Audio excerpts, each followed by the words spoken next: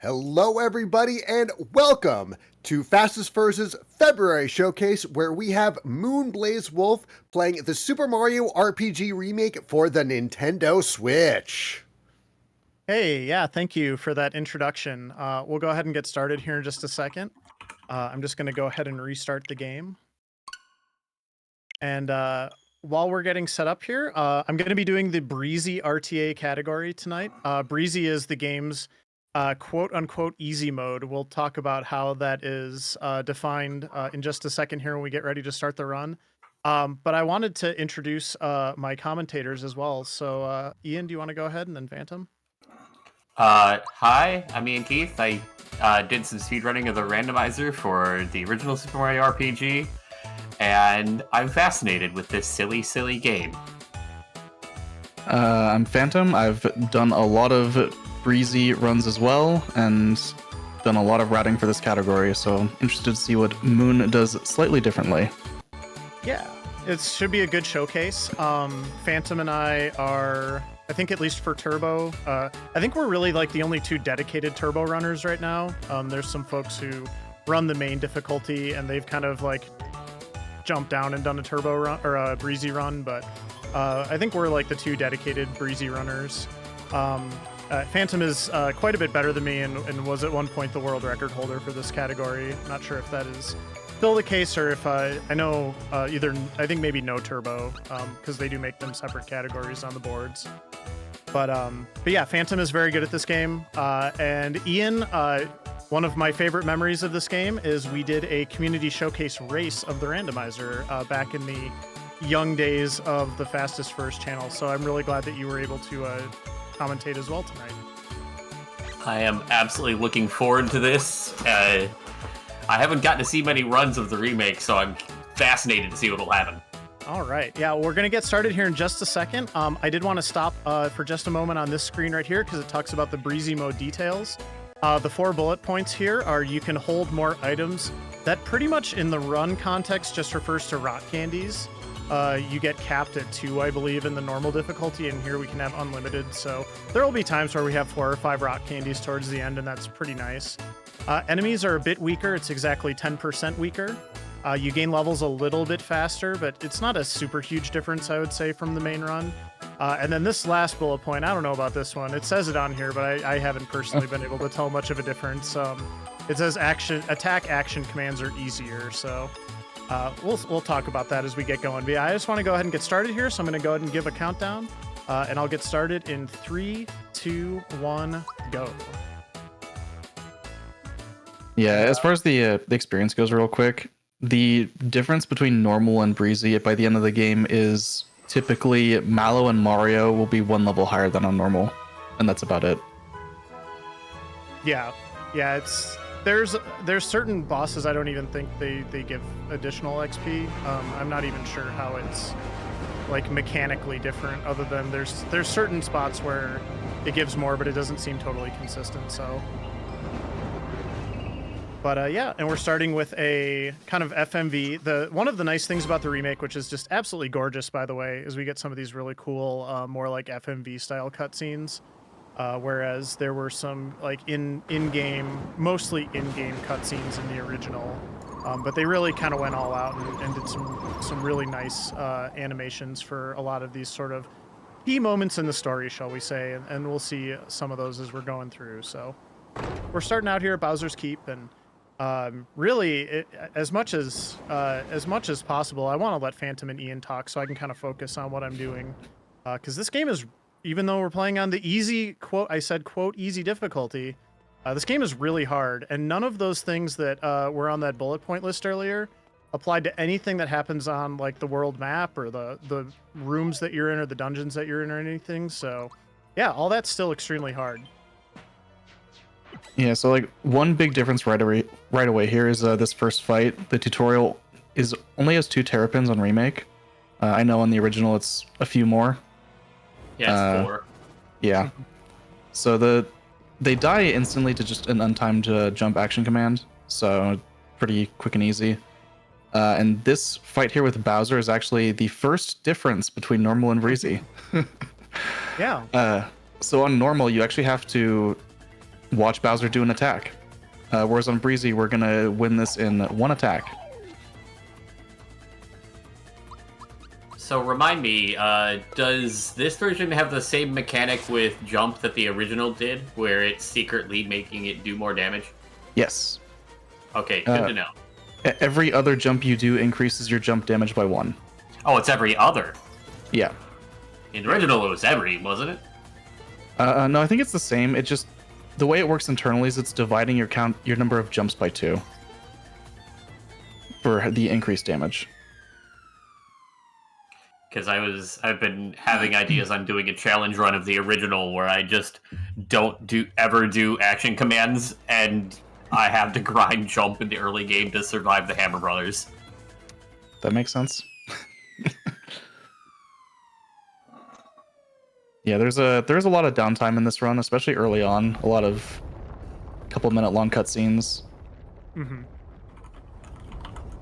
Yeah, they unfortunately, even though it is a modern remake, they don't really let you skip any of the cutscenes. Although there are some other quality of life features that we actually do utilize in the run, which are very nice, that we'll talk about in a little bit.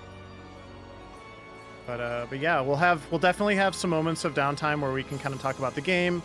We'll be able to get some announcements and things like that in as we go through. And honestly, it just makes for a really nice, cozy run. So I hope everybody is able to sit back and enjoy, because I think most people, I don't want to say, I'm always very biased speaking for myself because this was kind of like the golden age of video games for me growing up. But I feel like a lot of people have, especially in speedrunning, have either played Super Mario RPG or they've seen a speedrun of Super Mario RPG. And those are two very different things, first of all. But speedruns of this game are like the bar for the talent is so high because people that are good at this game are really, really good at this game. Yeah, I think it's pretty telling. Most like good times on the leaderboard are under 3 hours. Yeah. For a game that casually is what, like 12? Yeah, I think if you were just playing this game casually and trying to do everything, in RPG terms, it's actually a pretty short RPG. But yeah, I think 10 to 12 hours would be my guess for what most people's playtime would be.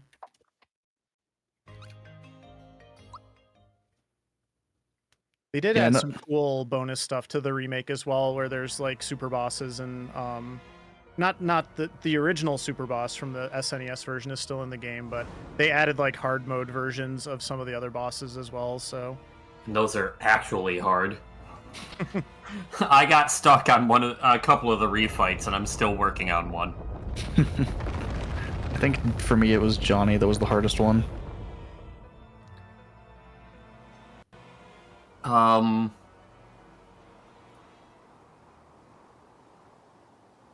Can't remember if I've done the Johnny refight.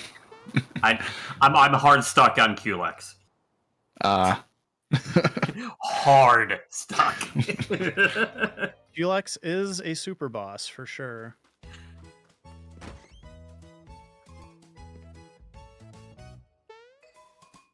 One interesting thing to me, because they really did, we'll talk about some of this stuff more as the run goes along too, but I mean, they really didn't change, at least in terms of like the story and kind of how you progress through the game. They really didn't change very much from the original SNES version. It really plays the same way in a lot of ways, and I don't know about you, Phantom, but I actually just still use the D-pad when I play. Like, I don't even use an analog stick or anything like that. I actually use analog stick exclusively. Okay. Interesting. But the analog stick is still locked to 8 directions. You can't go in between angles at all. Yeah, and I think that's part of why I just went back to the D-pad eventually. Yeah, the controller that I use, the D-pad isn't great, but it has turbo, so that's what I care about. Yeah. Yeah, we haven't really talked about the turbo very much. It is a completely quality of life feature, in my opinion, or an accessibility feature, because this game has a lot of cutscenes that you have to mash dialogue through, and it's just so much easier when you can use a turbo button instead. It is also relevant that your mash speed does matter if you're mashing. Mm-hmm. This fight's pretty interesting. The first jump is untimed, specifically to not kill the Hammer Bro. because when you kill one of them, the other one does a little buff to themselves, and it would add significantly more turns if we kill one before the other. Yep, so we go untimed and then 2-timed to finish the fight. Also relevant that if they both miss an attack, your chain is going to be a lot lower coming out of that fight, which is relevant for Croco, the next actual boss fight we do. And Yeah. I don't know if Moon, you want to dive into chain a little bit. Actually, if you want to cover it, that would be great, because I'm going to focus on my menu in here. So the way that chain works as a new mechanic, every action command you hit increases your chain, and at 2 and 3 chain, it's a specific set of stat boosts. At 3 and 4, well, yeah, 1 and 2 is the same, 3 and 4 is the same, but then 5 is where it caps out. And I think at 5 chain, it's around a 20 to 25% boost for stats depending on who's in your party.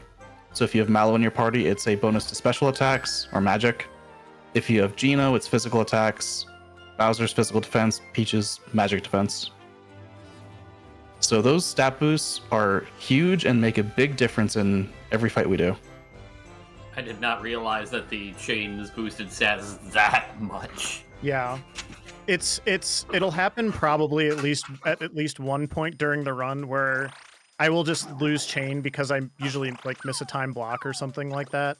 And suddenly I'll just be doing backup strats because the game is that tightly routed for the expectation is that you keep chain the whole time. And if you don't, then you're not going to be doing as much damage, or it'll change your turn order or something to that effect. And you just are suddenly playing a completely different game. Yep. And because of every party member giving a different stat boost, Mallow and Geno giving magic and physical attack, those are easily the 2 most important party members that we will be using for the entire playthrough. Yep, pretty much. I know, Ian, you were asking about Bowser earlier. Probably will not be using Bowser all that much, unfortunately. Yeah, Bowser gives the defense boost, which we're just blocking things anyway. Ideally. Ideally, yeah. Now, speaking of party members, though, we're about to meet Mallow here in this cutscene. Mallow is the best character in this game. Mallow is a frog. He is the main character. Yeah. And if you have watched any speedruns of the SNES version, Mallow basically does not get used at all after the first couple boss fights. And the reason is there's a very specific glitch in the SNES version where you basically steal all of Mallow's best abilities and give them to Peach. But that doesn't exist in this game, so we're a ride or die with Mallow. The bright side is that Mallow is a magic user that gives a magic boost to the entire party with chain. And he gets to do a lot of damage. Yep. Mallow makes the number go up. Mallow is good that way, so. Yeah, also, if you haven't seen this run or seen this game before, Mallow is definitely a tadpole, so. Very clearly a tadpole, and yeah.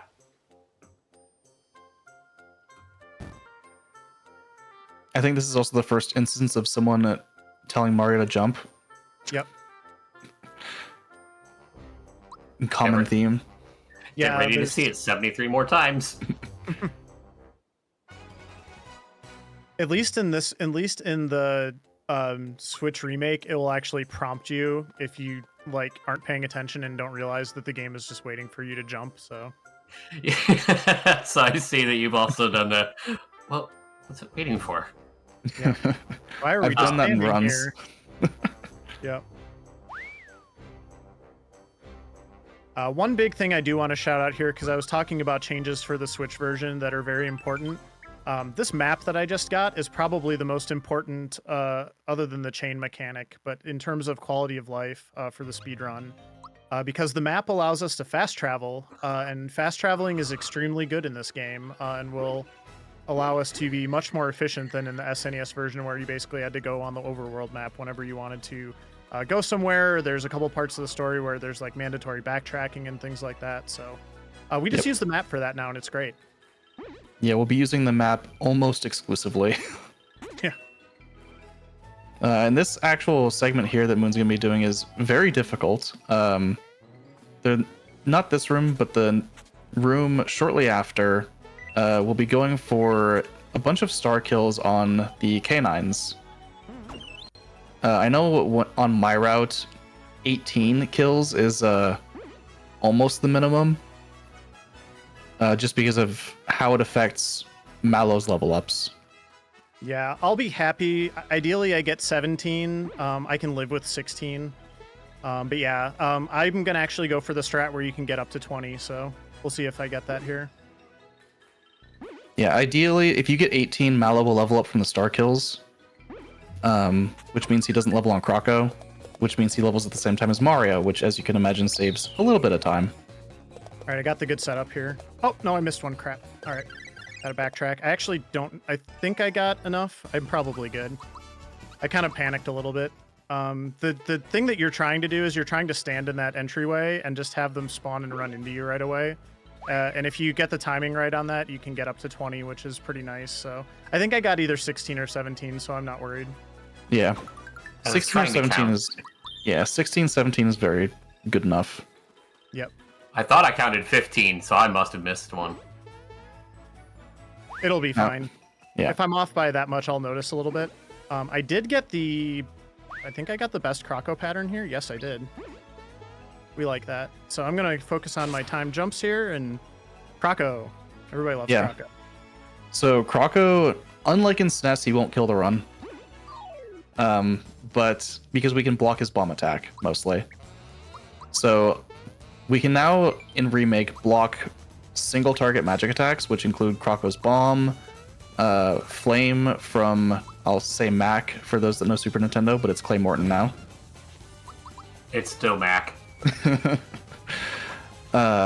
And right now, it's really just like jumping on Croco, because if Mallow attacks, he's gonna do 2 damage with his physical, and Thunderbolt is not worth it for how slow it is and just how much damage Jump does already. So should be one more jump. One more jump, and I think a Mallow physical. Yep. And that's Croco. Yep. We do want to get in there with Mallow a little bit, just because the damage works out for 2 attacks there at the end, so... Yep, I actually do those first, but it doesn't make a difference. If Mallow had leveled up on the dogs, then he would have been able to do only 1 physical, but 2 versus 1 Mallow punch. Mm-hmm. It's like getting lightly tapped by a pillow twice instead of once. Pretty much, yeah. Here's our first instance of the map warping, by the way. Just gets us right back into the Mushroom Kingdom, and hey, things look a little different. Yep, saves a good chunk of time. It threw me off when I first played through and went, the warp tramp, oh.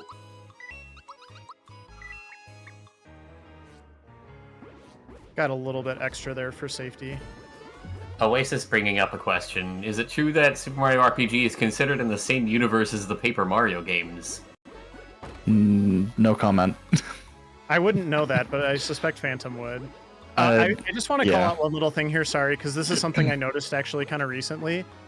So there's a really famous skip that you can do in this room during the Super Nintendo speedrun, and they took it out, but I feel like as an homage, they left in this little like half skip where you can actually still get behind the Shy Guys, and it actually saves a couple lines of dialogue. So I don't know about that. We'll see. I think they left a few Easter eggs in the game that way, but that might just be me. Yeah, going up the left side there does, as Moon just said, save a little bit of time. It skips an actual animation too with the Shymores jumping on Mario. Not to mention trash-talking mustache. This is also the introduction of enemy weaknesses, so Clay Morton here gets stunned by Thunderbolt, and no other enemy will ever get stunned by a elemental weakness of any kind. And it only happens once. Really good pattern, no flame walls so far. Should be dead next turn. Yep. The one thing that he can do is if he does flame wall twice, Mario does die. and we have to waste some time reviving Mario. He can also do Flame Wall 3 times in a row and Mallow dies. Don't ask me how I know that. Also, shoutouts to the level up screen in this game being incredible. Yeah, it's a shame we can't just sit there. As it goes along. Yeah. My favorite speedrun is the one where we just watch everybody do a jaunty jig. All right, we got our first star. For those who know, the SNES version was subtitled Legend of the Seven Stars.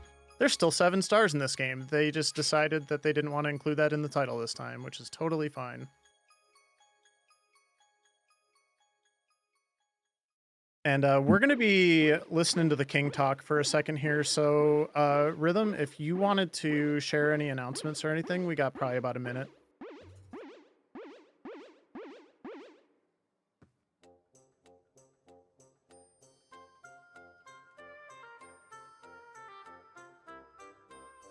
We'll get other breaks too, so that's fine. Yeah, this next part is another small quality of life when exiting the castle. It's kind of just another little funny thing you can do with the menu. Why walk out of an area when you have an option to just leave built in? Can't imagine what that looks like to the Chancellor. Mario's there, and he's just not. Yeah, we do have to watch this small cutscene of Mushroom Kingdom, but it's back to normal. Yeah, that little map, go to world map there saves probably like 2 to 3 seconds. Yeah. But we do use it a lot, so it adds up. Absolutely. And this area is going to be very, very different than how... oh, I don't know why I did that. There. This is going to be very different than how, again, especially in the SNES run, this gets done. So we're just going to go straight to Belome. Yeah, there is a star here in the sewers, but the experience is so little that we just ignore it.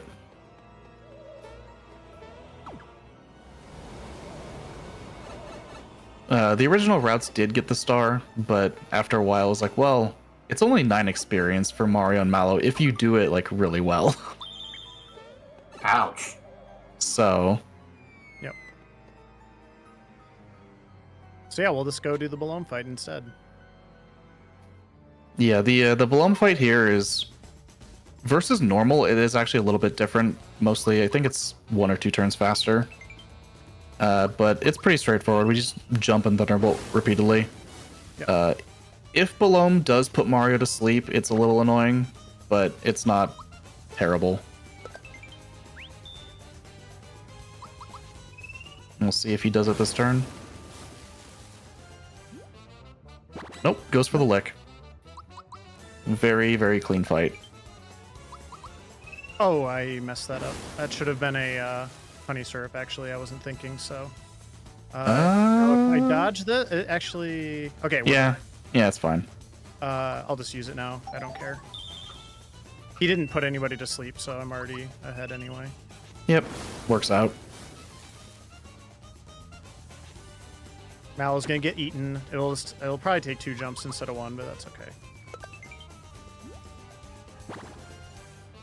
Yeah, he should be dead here. Yep. And then we get to go on our river adventure. That's right.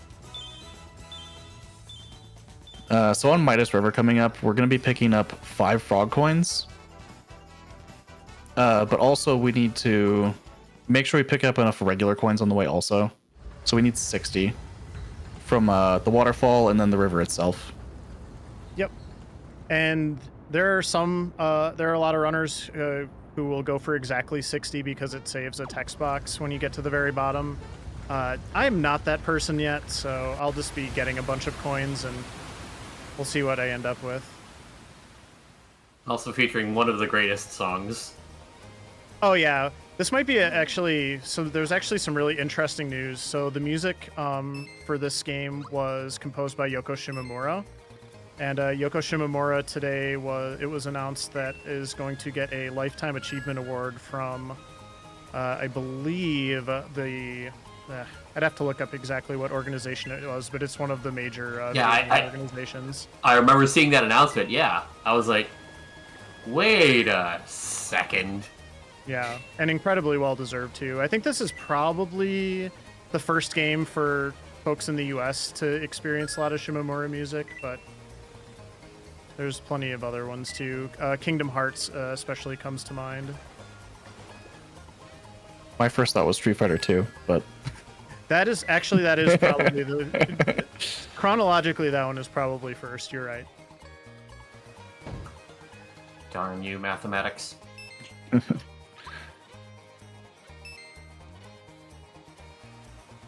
They changed the. Oh, sorry. No, on the river here, it's pretty straightforward. Optimally, we would just stay on the bottom path the entire time. If you have enough coins coming down the waterfall. There's some scary fish on the bottom half, though. I like to avoid them. Yep, there are 2 fish in particular on the bottom half that pretty sketchy to dodge. They changed the pattern of the coins from the Super Nintendo version, I think. They did.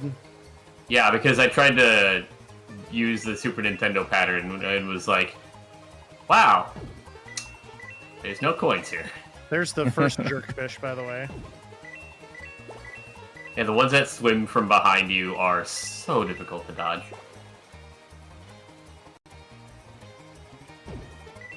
But yeah, the reason we're going for 60 coins is because the reward for getting 60 on the first trip is an extra frog coin, which we will be needing quite a few of. Yep. My goal is to get exactly 22 frog coins, because then I will be able to buy the XP booster. 72, more than 60. That's right. I was hoping for 69, but it's okay. Not nice. Yeah, in this next part here, we have a good chunk of dialogue with the frog sage. That's right. Mallow's grandpa. I love how the tadpole, the real tadpoles look in this version too. Excuse me, Mallow's a tadpole. You can't tell me otherwise. We've seen no proof. Not yet.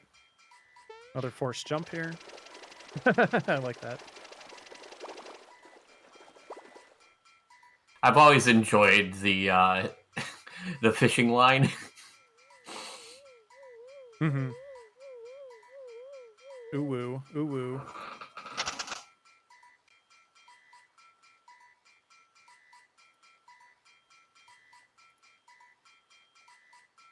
Yeah, I guess this is one part where routes can diverge depending on what you decide to go for. Moon's going to be going for a harder bowyer fight. Optionally, you can buy an Energizer with some frog coins here for 2, but you will have to make that up later. Yeah. There's a lot of things I hate in this game, and the thing I hate probably more than anything else in this game is wiggler jumps. So basically all of my frog coin routing is to avoid having to do wiggler jumps. That is so valid. Yeah, we'll talk about that a little more when we get to the forest maze, but there's a certain way of farming frog coins that you can do there.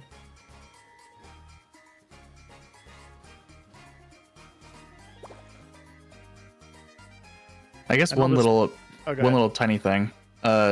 With Turbo, on all of these yes/no prompts, it's very convenient. You can just hold down, and it automatically buffers to saying no. Yeah, super nice. I do like that. It's a good thing we're going through all this plot so fast, so I can't read it.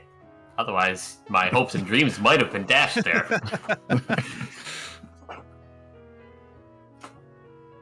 All right, and another nice feature of the world map, warping. I don't have to jump across those tadpoles again, because it's honestly kind of obnoxious to do well. Yeah, on Roseway here, we're going to be picking up a few coins, but other than that, not much else. Yep.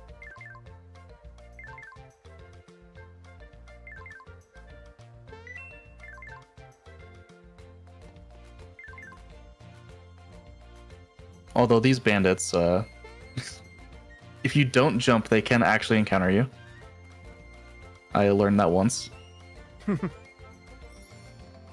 It is so unbelievably hard to get through this run without hitting a random encounter on accident, because the enemies just... I think most of the time their movement patterns are fairly set, but like if you're off by just a little bit, you can get out of sync with where you think they're going to be, and yeah. On the I've bright also side, noticed the game likes to eat inputs a fair amount, so a yeah. lot of times I'll have one or two random just because the game eats my input. On the bright side, running away isn't a huge deal. Although there are a handful of encounters we can't run away from. Mostly in Booster Tower. Yep. Also, hi Bowser. I wonder what you've been up to. Well, he's got a pretty big army. He'll be fine. Oh yeah, no, definitely.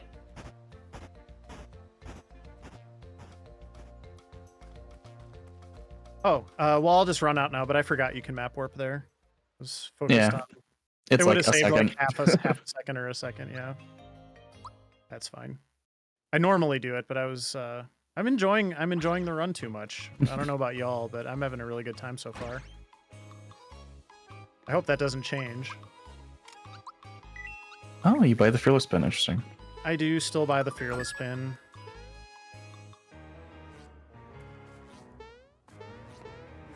It does make the cake a lot better.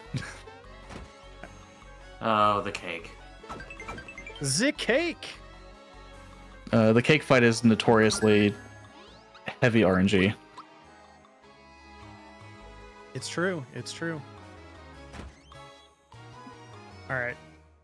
This is a very long cutscene here. Yeah, it's about 3 minutes. Yep. Very cute here. No Mario, we didn't see you playing with your dolls again. But this is going to be the cutscene where we learn about Gino. This cutscene also loves to crash, so I'm actually going to be really careful towards the end of it. Because if it crashes, I have to do this entire part over again. I also want to lie to a child because it's faster. As in real life. That's right. And yeah, RB, once I get through this and don't crash the game, you'll have probably a good 2 minutes or so if you want to talk about stuff, but I'll let you know here in a moment. Sure.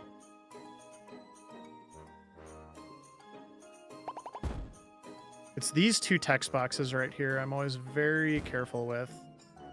That should be fine. All right, yeah, we're good. I was overly careful. I would hate to crash in a showcase run, but yeah. RB, if you want to tell the folks some information about the community or anything else that you've got teed up there, we got a nice long cutscene here. All right. Well, of course, we are Team Fastest Furs. Team Fastest Furs is a community of furry speedrunners that is welcoming and open to all. We currently host 2 charity speedrun marathons per year in the spring and fall, and support ongoing community events throughout the year, such as our Fastest Furs Community Showcase series, like what you're watching now. Whether you're an active speedrunner or just someone who's curious about the hobby and our events, you can join us in our Discord by using the command !Discord in chat.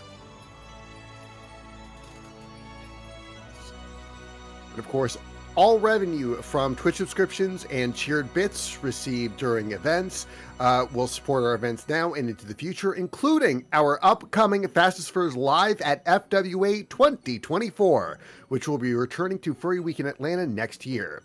Please consider subscribing now to get our Fastest Furs emotes featuring the always adorable PB the Cheetah, and don't forget to check and see if you have your free Twitch Prime Gaming sub available too.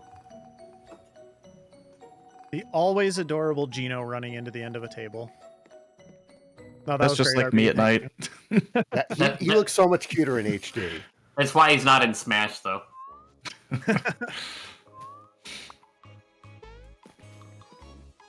All right. So we're getting ready to go into the forest maze here after this cutscene. This is another example of a scenario where once I get far enough into this dialogue, the game kind of unlocks the next area, so I don't have to run out and go back to the world map. I can just warp and saves a couple seconds again. So just little things like that. Yeah, the Forest Mace has a lot of hidden blocks, like that one. Items that we do definitely want. Crocohola, Red Essence. That Wiggler there, if you jump on him 10 times, gives you a frog coin. Optimally, you would save anywhere from 2 to 10 seconds if you reroute the entire game to get 7 frog coins from him. But you also have to be perfect, and it is very hard to be perfect. Yeah, I don't know. I am not perfect generally, so. It's Yeah, pretty strange. They're wigglers, so they tend to do a lot of wiggling, which is really hard to track. Yeah, that 2 to 10 seconds is if you do it perfectly and don't ever encounter the Wiggler. It also depends on how he comes out of the tree stump at the beginning. There's a lot of factors, and I leave it to them. That's one of the things I say when I talk about like people who are just exceptionally good at this game, because they're the ones that just make stuff like that look easy, and mere mortals like myself can't, reliably do that. I don't think so. But yeah, no, I mean, honestly, like, that being said, the run is going very well so far, and I'm not saying that to jinx it or anything, but anyway, we're going to follow Gino through a bunch of bees, and I'm sure nothing horrible is going to happen at all. Every room here is random enemy spawns and locations, so you can get some pretty unlucky bee positions. I've seen some very bad ones, but these look pretty good. This looks pretty awful, but mostly that mushroom too. Oh, yeah. Okay. Had to kind of stay close to the corner there. All right, and I have to make sure I get 18 FP, and I didn't get any encounters, so I should be good here. We have a fairly long interlude here before the Bowyer fight, so this might be a good time to talk about the other part of the chain mechanic, which is the gauge. So they added a basically like a limit break mechanic to the game, where when you charge the meter up to 100%, you get access to a special attack. Early on, you only have access to something that's called Toad Assist, which gives a variety of buffs depending on what you get out of a kind of slot machine type menu.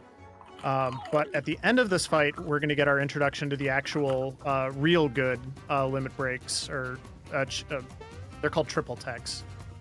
So that's Bowyer fight's kind of been retconned into a triple tech tutorial a little bit at the end, but it's still a good fight before that. Yeah, so notably this the Toad Assist is a fixed order of icons that will appear up in a chest above whoever uses it, and you're going to be aiming for a very specific one to get a very specific boost to Gino. I'm actually going to be doing a pause buffer to hopefully get it. It's still not totally consistent, but it's pretty close. So, and I do have a backup if I don't get it. But yeah, we'll talk about the fight maybe a little more. You guys can talk during the fight. I'll probably focus on doing my thing here.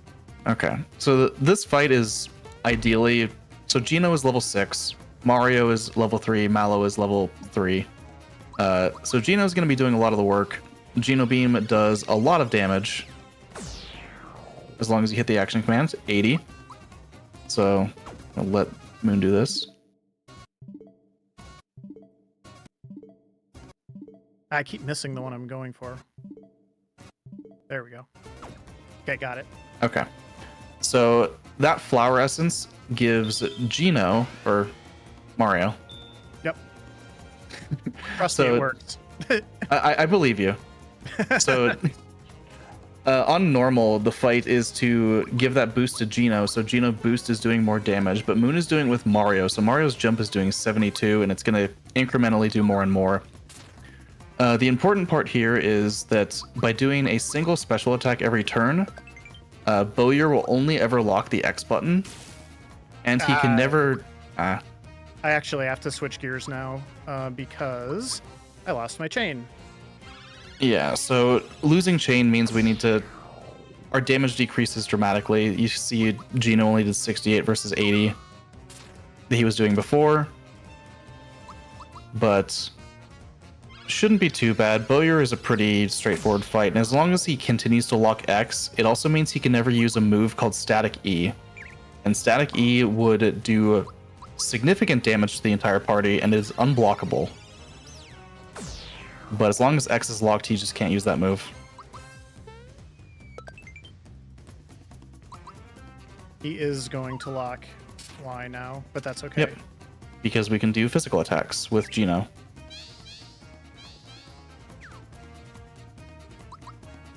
Yeah, Gino's physical still does a pretty good bit of damage too.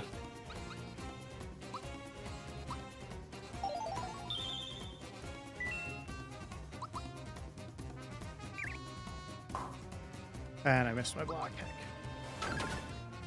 Heck. Should be fine. He'll probably lock A here, and then we can... Or he locked Y. Yep.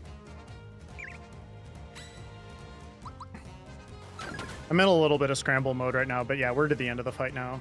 It's Yep. just if you do not lose chain at all, Mario's 6 jumps with Mario plus 1 Geno attack will end the fight. Yep. Which is faster than just using Geno Beam because jump is faster. But yeah, we had to get into a backup strat there. We're going to be just fine. Just took a little longer. Also, cool animation. We will never see this again, so everybody enjoy it while you can. Yeah. How much these triple moves came in, if there was any chance they sped the game up, considering how long these animations are. They can all be skipped, so... We'll be using quite a few triple attacks and be skipping every single animation. Yep. It's Notably, actually one of the really interesting parts of the routing for this run is, so we just used our first triple attack, so now the meter is going to take some time to recharge. So a lot of the early routing was around, when is the optimal time to use these triple attacks, because they're extremely powerful. But we haven't talked about this yet. They're also dependent on which 3 party members you have. So there's a couple different ones that are slightly better depending on which fight you're in. So yeah, for single target stuff, Star Riders with Mario, Mallow, and Gino is a very large amount of damage, and we'll be using it primarily when we do use a triple attack. Yep. But I believe we will get to see Bowser in a couple situations. I think once, but I'm actually not sure. I've been waffling on a couple things in my route recently, so some of that I was comparing to what you were doing, so. Yeah, in my route I would use it on Knife Guy and Great Guy and also on the Axum Rangers, but I'm not sure what Moon's gonna do for those fights. Yeah, Knife Guy, Great Guy is the one where I'll actually probably use it, so. All right, but yeah, we got another star piece here. Just gonna do a quick menu, equip that fearless pin, and then warp back to the world map. Now we're gonna take a little detour into some place you would never go in the SNES version, which is the Pipe Vault. Oh, also we're not gonna lift the darkness on Rosetown because they're kind of I don't know, they're kind of snooty. They need to think about what they've done. Because of all of the new menu map warp adjustments, this trip into Pipe Vault is actually not very slow. Unless I think you like me and get hit by the thwomp. That never happens to me. Oh no, never. Never. Oops. But I think the comparison, because you get 3 frog coins here and 1 flower, versus 3 Wiggler jumps, I think this only loses like a couple seconds. If you do the Wiggler jumps completely optimally, it is faster, but otherwise it's basically break even. Yeah. The reward from that is just too good. Mm-hmm. And it's finally time to purchase some weapons for everyone. And pants. And the most important piece of gear in the entire game. Whoops. Stinky pants. I mean, work pants. Yeah, the work pants just give a really big stat boost to everything that matters. They do even work. Even defense-wise, they don't get outclassed for a while, so... Yeah, and it can be equipped to everyone, so you don't have to think about it. Everybody wears the pants on this team. In this family.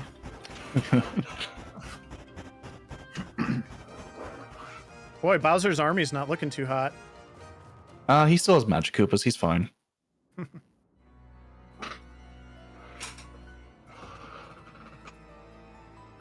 So we're coming up on the mine sequence here, which is going to be a couple boss fights, and then a minecart ride, which I think everybody loves the minecart ride. So Notably, this Croco chase is going to be a little bit different than on Super Nintendo. So on Super Nintendo, I believe you would actually chase Croco. But here, we're going to do a funny little thing and just kind of let him do his lap. Yep. I might do it a little different than you. I don't like the room with the fireball in it, so I go back one more. But there's actually a little neat thing that happens there also that I'll kind of point out when we get there.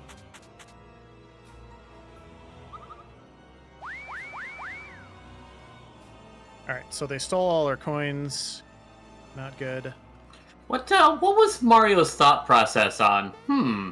A springboard in a tightly enclosed area. This seems like a good idea. They always work out anywhere else, so... He just tried to progress through the ceiling, I guess. My man's forgot about ceiling. All right, so I'm going to actually go back 2 rooms here, which is not entirely optimal, but I don't have to worry about this fireball that spawns in this room and is kind of a menace. But the cool thing I'm going to do is I'm going to go right here, and I'm going to wait for Croco. And after the fight, it's actually going to put me back at that first door that I came in, so it saves a little bit of time that way. Yeah, so what we're doing here is physical attacks with Mallow and Geno, just to kind of beat him up. There's some ranges that you can hit to, if you're lucky, like, speed up the process of him stealing your items. But Mario is doing jump here specifically because Croco has a 20% evasion rate. So you have a 20% chance on every one of these physical attacks to miss. But since jump is a magic attack, jump can never miss. So far, pretty lucky. As long as Geno doesn't miss, it's not usually a big deal. Mallow misses are less important than Geno misses. Just that 40 damage difference between the two. That was an optimal fight. You don't usually get those with that evade rate, so very happy with that. Yeah, I'm sure there will be many other opportunities for physicals to miss. Never. They would never do that here on twitch.tv/fastestfurs. Good thing jumping is magical. First inadvertent encounter of the run, and this bomb is notorious. Oh, okay. Well, that one. All right, that second. one I don't know what to say about. But hey, special enemies though. Yeah, well, we would have gotten the text box eventually, surely. Yeah. Special enemies are significantly stronger than their regular counterparts, and if you do kill them, you get a frog coin. But in even the few like mandatory fights we do, special enemies are usually not worth fighting. Ideally, if you want to, you should be running away and re-encountering the mandatory fight instead of fighting the special enemy. Shoot. Okay. Well, we're gonna just keep going. Special enemies have a ton more HP, and they hit like a truck too, so... That wasn't great. I'm gonna have to think about what just happened. I'll probably be fine, but I missed a couple bombs there that I really should not have missed, so... Yeah, I think it'll be fine. If anything, you might get a slightly later level on Mario.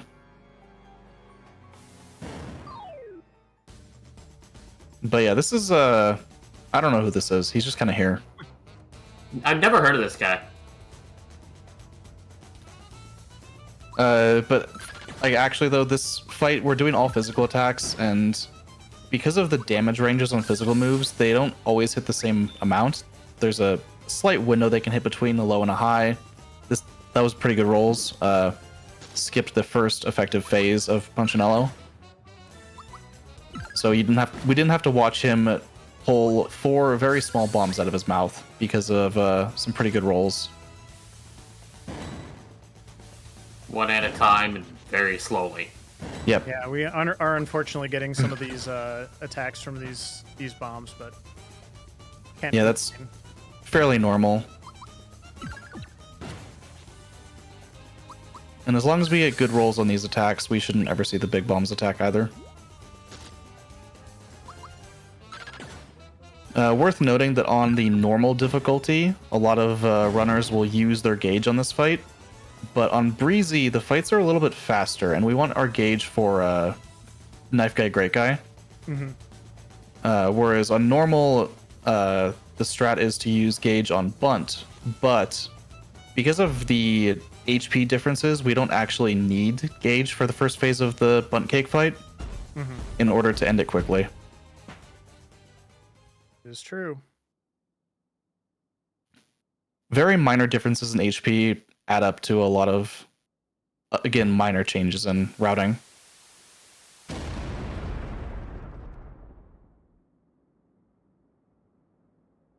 And it's time for the minecart with some of the most awkward controls for braking. Yeah, they definitely changed the braking in the remake. Oh, God. It definitely took some getting used to when I first started playing the Switch version. Yeah, I went off the track about, hold on, let me check my math, all of the times. Yeah, it wasn't until I was watching someone else and they kind of explained like how they thought it worked, and I was like, oh, that makes sense. But I don't like it. It makes sense though. Yeah.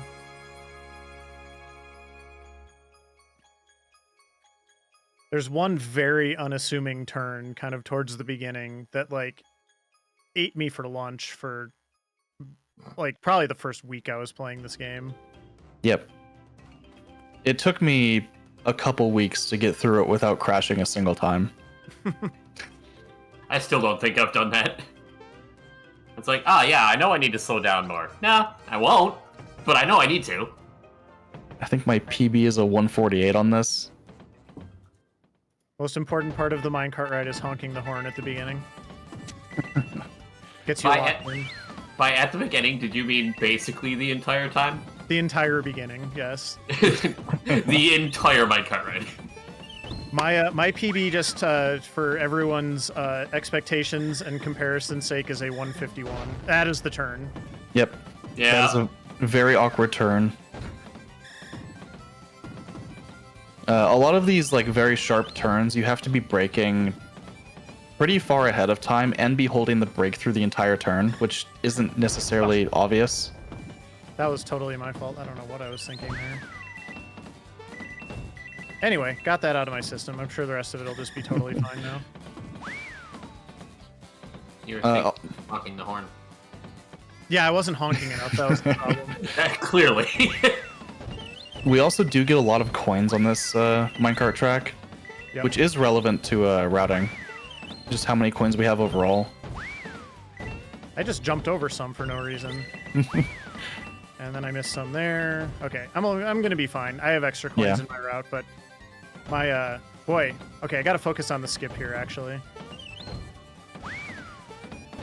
Okay, got the skip. That's the one important thing that you have to do to have a successful minecart ride, because that literally saves like 15 or 20 seconds. Yeah, it makes most of the difference. Every crash is like a second and a half at most. It doesn't actually impact you as much as it feels like it does.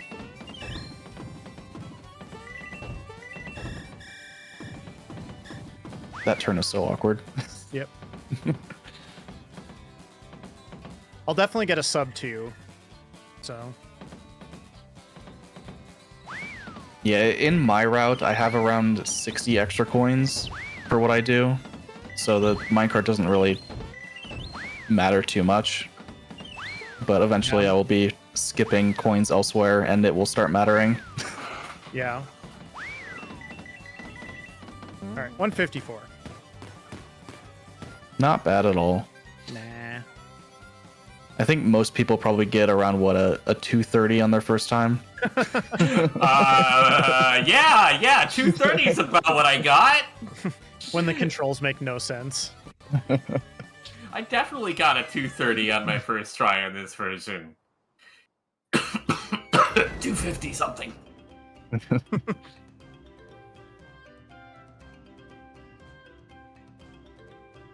Yeah, we're gonna take a very quick trip to booster pass.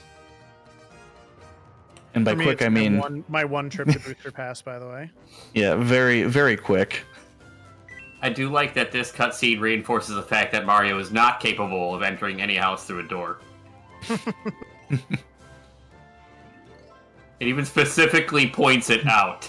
It's not like he's just gonna come through the ceiling or anything. He has to use the door like everybody else. Mario laughs in the face of doors.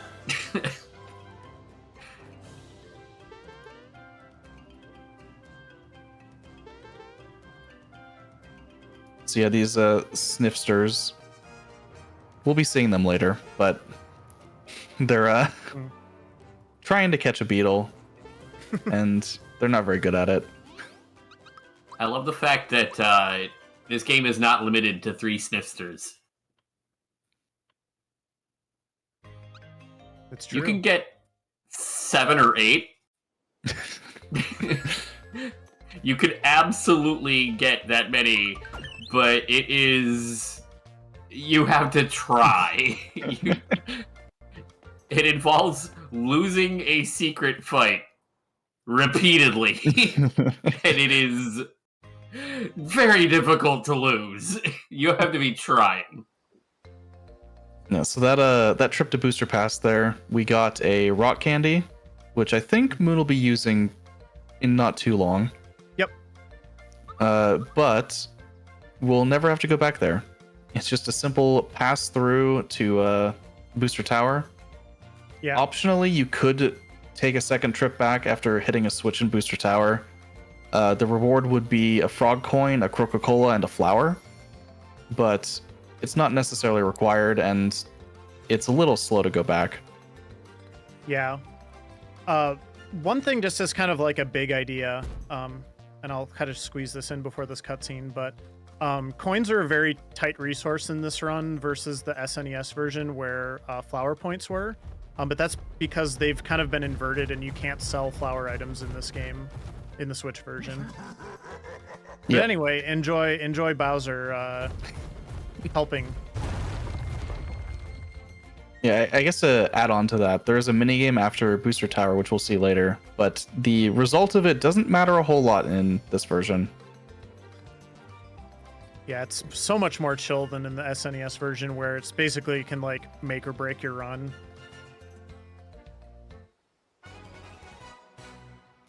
Yeah, Booster Tower here has some of the best music in the entire game. I love Booster Tower. Also, the platforming is very tricky. Are we visiting the curtain? No. Dang. This is a speed run, mister. Hey, we did it in our randomizer race. That's true. Because I did a little dance. I have made a promise to myself because I don't know. We just closed submissions for the FWA event yesterday, but I want to save anything that could potentially be a donation incentive for FWA. This is fair. Yeah, so a lot of these little rooms with the staircases and the bombs are very tricky to avoid the encounters in.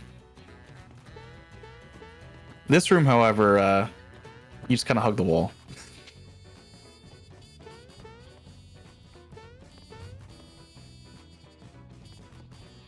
It seems like the perspective in Booster's Tower always makes dodging a lot of these encounters just a little weird.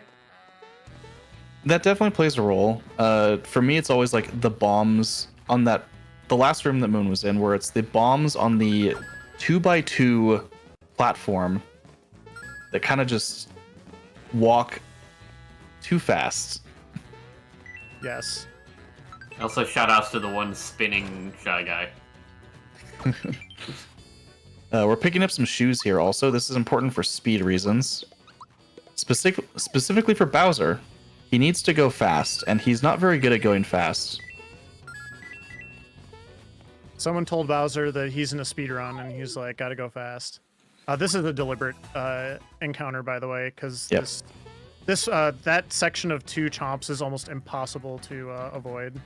Yeah, it is just barely possible to jump in a position where the first chomp doesn't encounter you.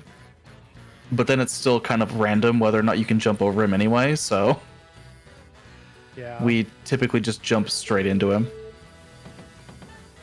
I always forget you can just leave the room during that.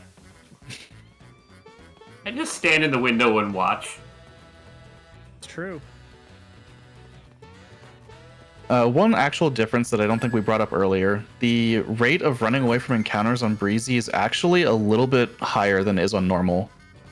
So it is, for what it's worth, easier to run away on Breezy.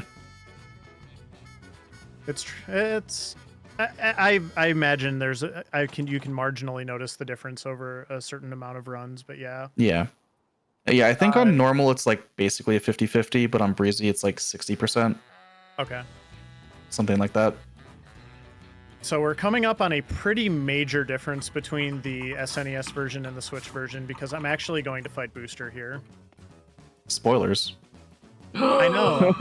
I thought everybody might just think I'm really bad at this minigame, but let's be honest, nobody can be this bad at this minigame. Especially on the Switch version where it's a little bit slower. Yep. This time you're definitely gonna try, though, right? Oh no, definitely not. I need his XP.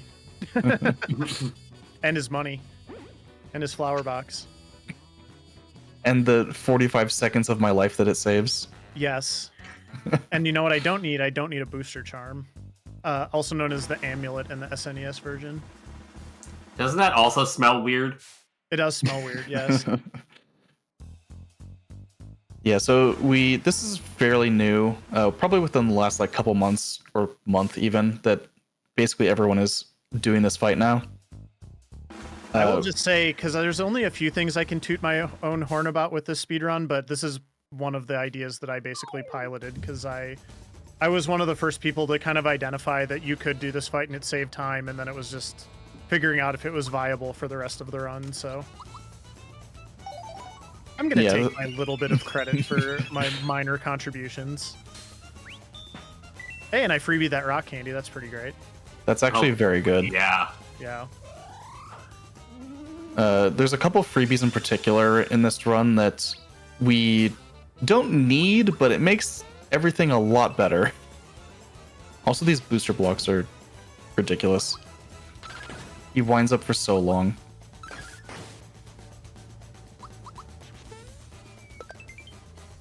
Oh, I actually defeated him too quickly. That's not a problem, honestly. Yeah.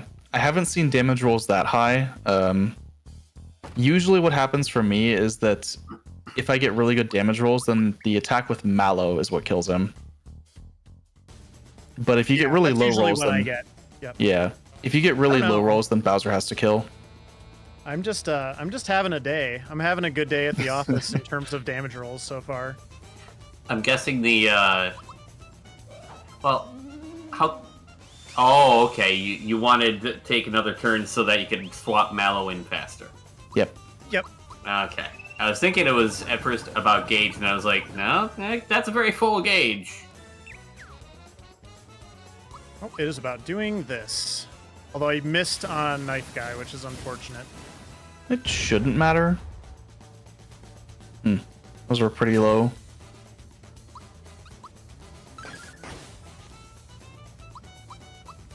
Oh, I bet yeah, okay, that makes sense.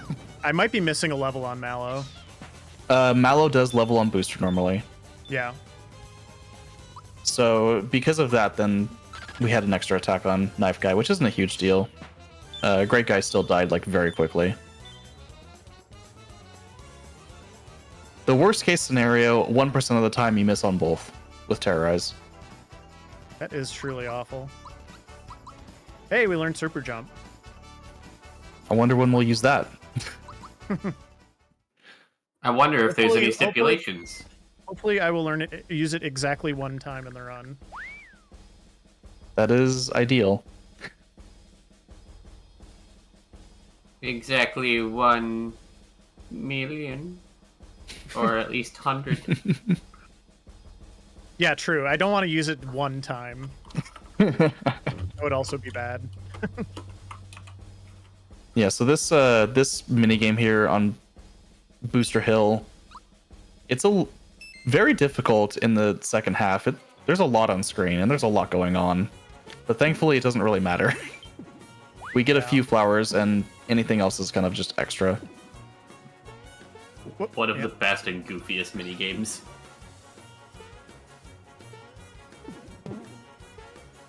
I shouldn't be missing those ones, though. Those are the easy barrels. Come on now, Blaze. Ideally, I'd like to get 8 flowers here. Yeah, I think I typically get 8. Boy, I'm like just out of reach every time, though. Oh boy.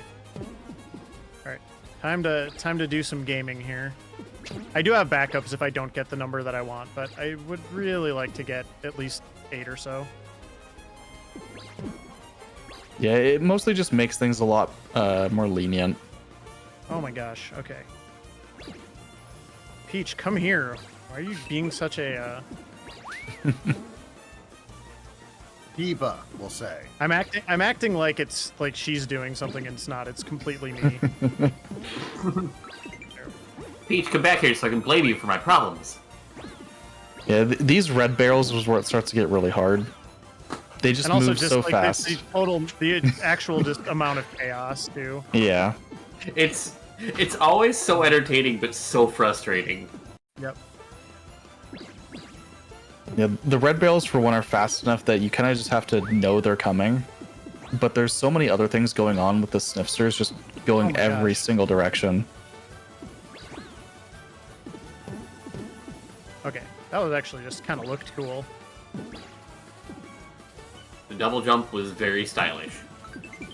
Also, unfortunately, there's no good way to practice this. Yeah. This was unfortunately a very bad booster hill, but I'll make up for it later. It'll be okay.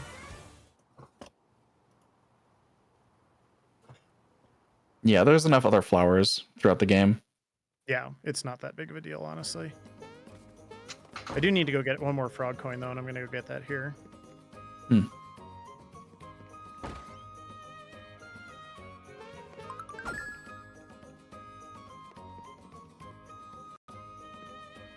And then it's time for a wedding. And what I think was, in the original game, one of the hardest fights of the game. Oh, without a doubt. Yep. Like, even just playing normally, this fight just... oh. You know, thankfully, we have the Fearless Pin, which will make it a little bit better. It's a little bit of safety. Not a lot of runs will grab that.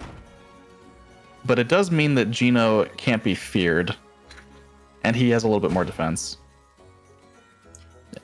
And Fear is the worst status ever, too. It halves your attack and defense. Yep, and Bunt likes to use a move called Sandstorm a lot. Or never at all if you get really lucky. Which, if you haven't put 2 and 2 together, but don't worry, I don't either, it usually adds up to 3, gives everybody fear. It's true.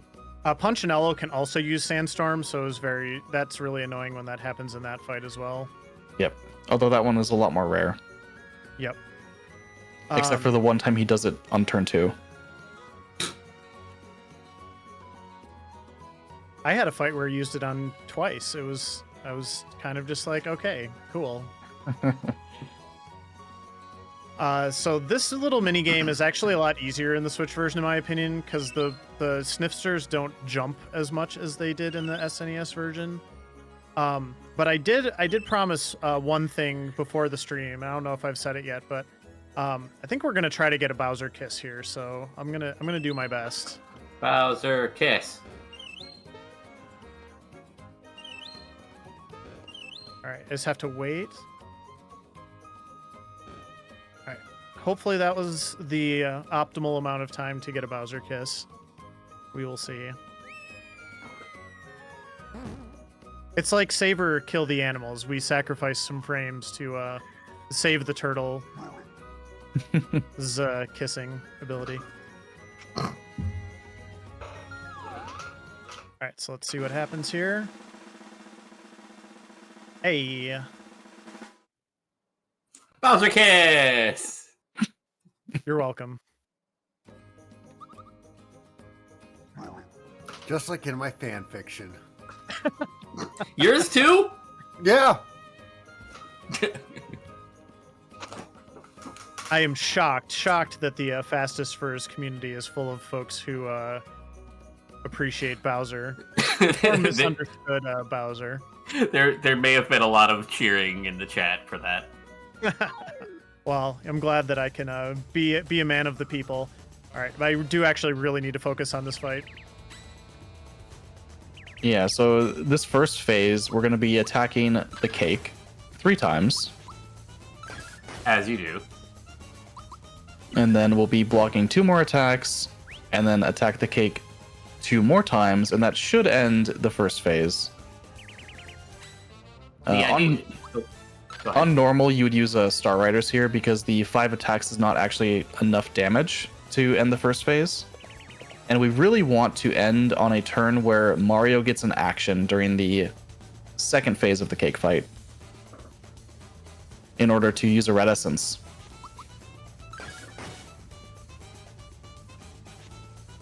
All right, It should that be is good. phase 1. Yep. And the reason we want Mario to use a red essence here, red essence makes Mario invincible for 3 turns. And this second phase is really just a matter of like running out the clock on the candles. And if Mario dies to AoE, that's problematic for said running out the clock on his candles. So every attack that we do to the cake here will extinguish 1 candle, and then at the end of every turn, 1 more candle will come back. So numbers, eventually they add up to 0. But it does take about 3 turns. Oh, I lost my chain. That's actually not that big of a Yeah. deal that it happened there. Losing chain on this fight doesn't really matter. Numbers. Eventually, they add up to 0. I just hate that one. Okay, I'm getting good attacks. I shouldn't be complaining about this, but Yeah, that was a good phase too. yeah. Losing chain on Bunt isn't very important because you do have significantly enough damage that it doesn't really matter. Yeah. His health is so low. Probably dead to this jump even. Yep. I just Yep. feel like a bad speedrunner when I drop chain, that's all. Yeah. We got really lucky though. A lot of physical and single target magic. I mean, right, that was like the best round of attacks I think I've ever gotten in this fight. I got 1 AoE, and then the rest were just all the single target, and not like the slow animation ones either. Yep. Oh, I know. I see Oasis in the chat saying you're fine, and like, again, the thing I will just always come back to at this game, and it's something I've had to kind of learn to deal with myself, is there are people who are just so unbelievably good at this game as a speedrun, and it's easy to judge yourself against people like that, and in reality, like, they probably struggle with these things from time to time as well, so. Yeah, so Instead, compare against yourself. from this point on, we have, what, like 3.5 minutes until Yeah. anything else really happens? Yeah, so we're basically going to be taking Peach back to Mushroom Kingdom and then going through a big long cutscene there. So, Yeah. I mean, RB, if you want to read a couple more announcements, we got plenty of time here. Okay, sure. Now, while you're watching us, make sure you follow Team Fastest Furs on social media by using the ! socials command in chat. You can find us on Blue Sky as well as Twitter, and it's a great way to keep up with the latest news about our events and community. Also, sometimes we'll do some minor announcements there if we're ever looking for, help or artists or anything like that. It's a good idea to keep your eyes out on our social platforms. Plus, Blue Sky is free now. Free That for is everybody. true. Good shout. Yeah, as of yesterday, anybody can sign up for Blue Sky. And if you want to catch up on past events, the Team Fastest Furs YouTube page contains a playlist from each marathon and each showcase. Get subscribed now by using the command !YouTube in chat and following the link. Are we broadcasting live on YouTube right now? We are not, just on Twitch. Dang it. Okay. Well, you'll see it later. All right. Yeah, so anyone in chat going to FWA this year and will be able to catch us live. That's right. And you're going to be there, right, RB? Yes, I will. I'm playing main stage Saturday night. Oh, heck yeah. Congratulations. Yeah. Ooh. And Ian, you're going to be there, right? At FWA, that's my hopes, yeah. Yeah. Who else? Who in the chat's going to be at FWA? Show of hands. Yeah, let's see. We got Oasis. They're going to be there. Never mind. Show of paws. Yeah, show of paws. Show of beans. Fins, maybe. Xenosaurus is going to be there. All right, we got a nice little showing, and we hope to see you all live. It was a lot of fun, and definitely good vibes there last year. Oh yeah, we had a blast. It was a great time, and we're looking forward to being back. So It was absolutely incredible getting to participate in something like that. And for anyone who's never been to a live speedrunning event before, I know that a lot of times it feels like, oh, you know, GDQ is really hard to get to, or RPG Limit Break's another one. You know, they're only once a year, so you got to take the opportunities when you can. And I will just tell you from experience, there's nothing like a live speedrunning event. It is so fun to be in the room. The audience is, the atmosphere is just electric.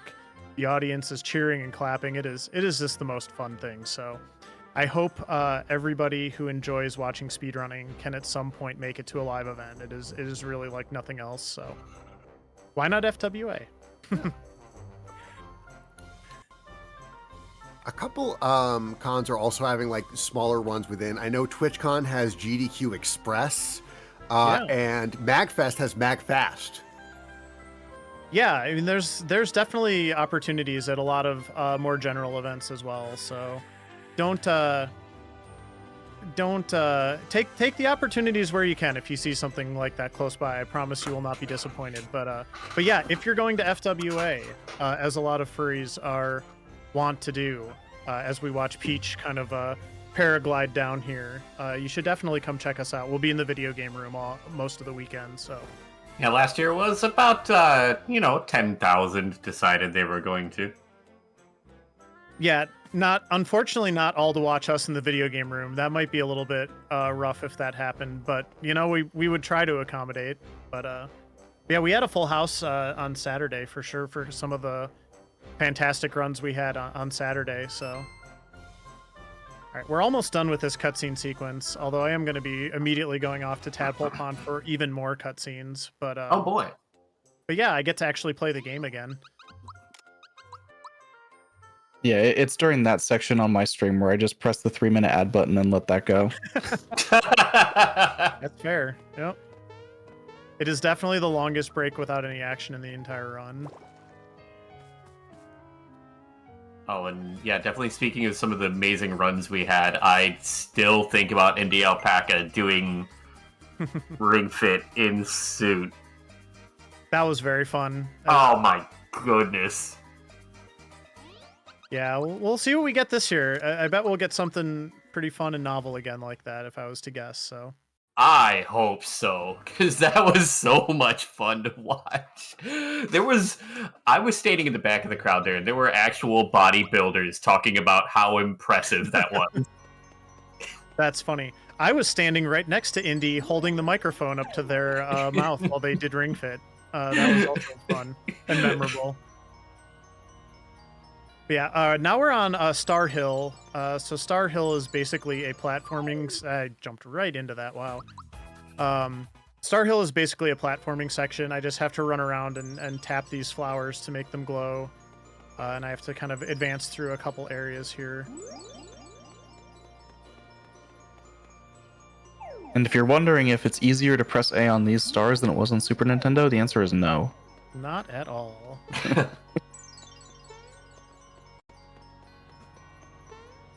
Thankfully, this is the last room we have to do it. Yeah. I feel like that you can actually cut corners a little bit better in the SNES version as well.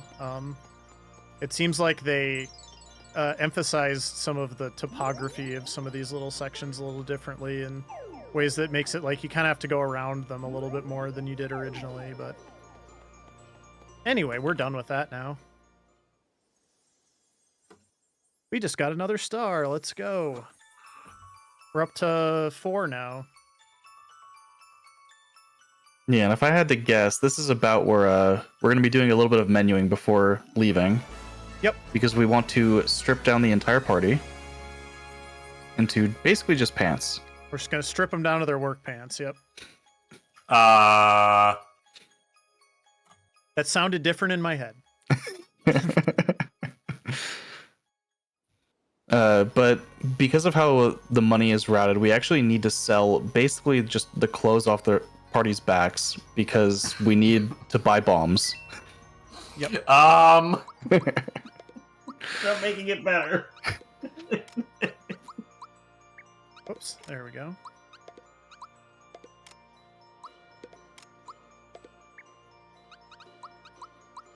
Okay.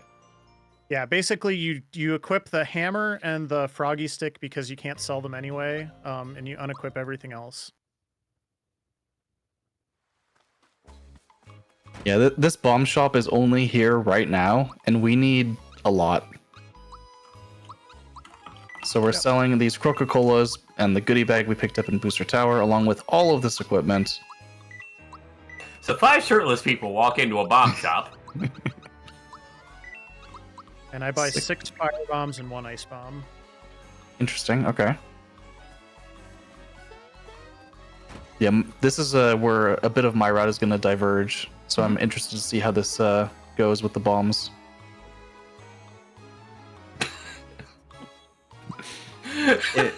In my route, I buy 3 ice bombs, 5 fire bombs, and 1 fright bomb.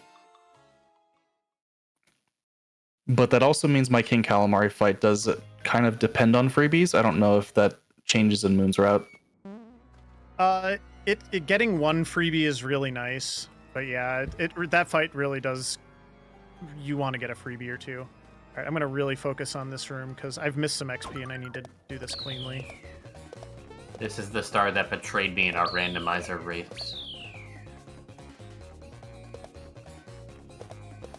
Yeah, this is a big chunk of experience for the entire party.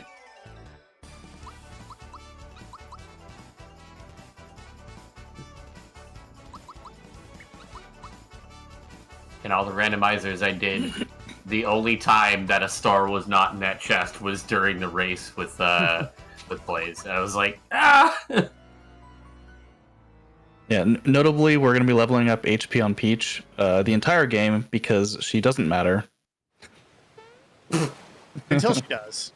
Yeah. Which is hopefully not often, but I use her fairly aggressively in 2 fights towards the end, so want to make sure she is very healthy. Yeah, this area is fun. A lot of fun stuff going on here in the sunken ship. Yep. I walked right in front of my door. I had him stand in front of my door a few days ago, or like last week. I'm gonna start picking up a couple backup flowers because I missed so bad on Booster Hill just to be safe. It's very fair. Yeah, this is normally where you would go into these rooms to get hints for the puzzle solution, and the puzzle doesn't change, so we can simply walk straight through.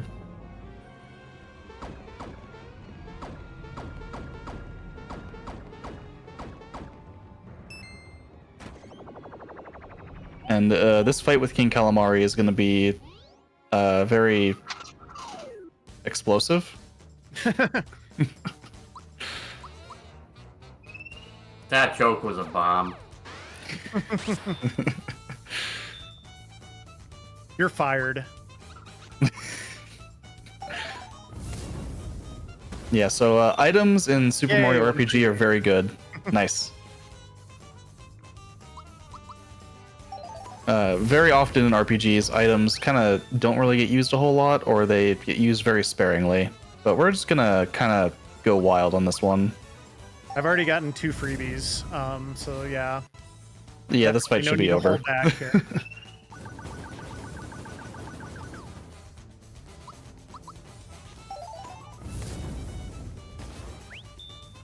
Oh my gosh.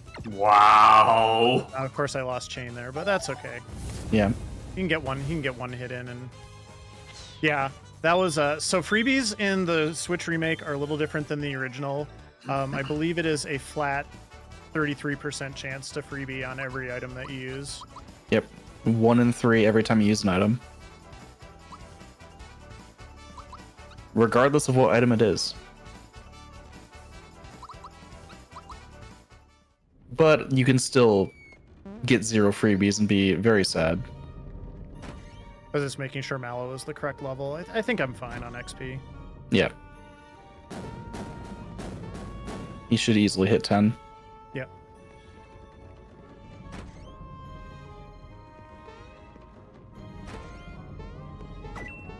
And just some free money here, lying around on the ship. I like money. This next room is kind of weird. Yeah. Jumping on the Oh. clone Mario's head is, There we go. yeah. Way harder than it has any right to be.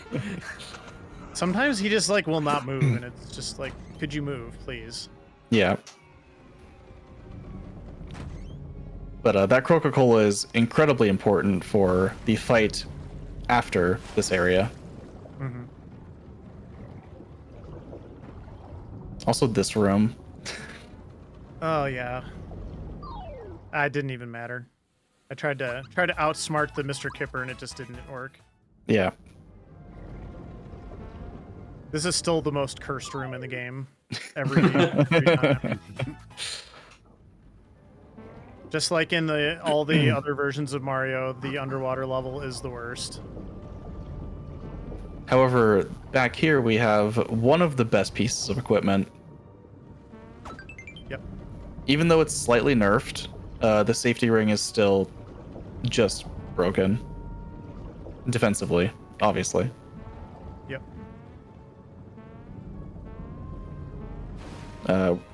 Mostly we'll be having it on Geno, but it does make him effectively invincible to status conditions and magic.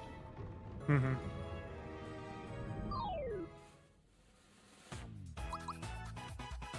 Oh, well, it would probably help if I was trying to get some of my chain back, and then I was going to say it would probably help if I actually Hit did the time. timed hit correctly. Minor details. Ideally, I want to have a 5 chain going into the Johnny fight. Or 4 is also fine, but yeah. Yep. There's reasons for that. Should be fine now. Yep. Johnny is my favorite character in this game. He's just a shark. He's just a very good shark.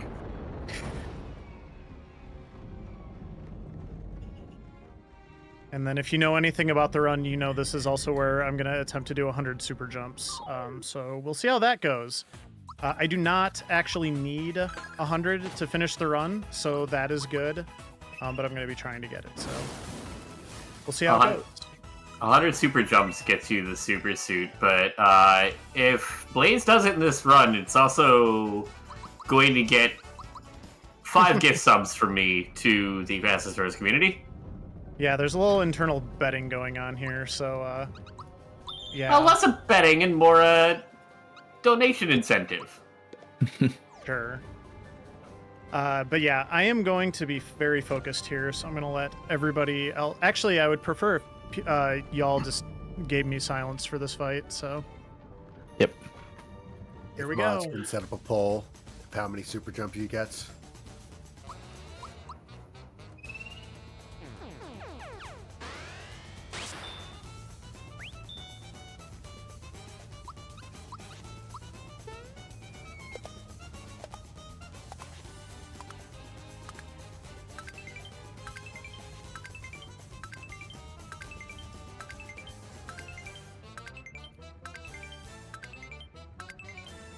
Not off to a great start. That's okay. We'll get a few more tries at it here. I need to get at least 30 for sure.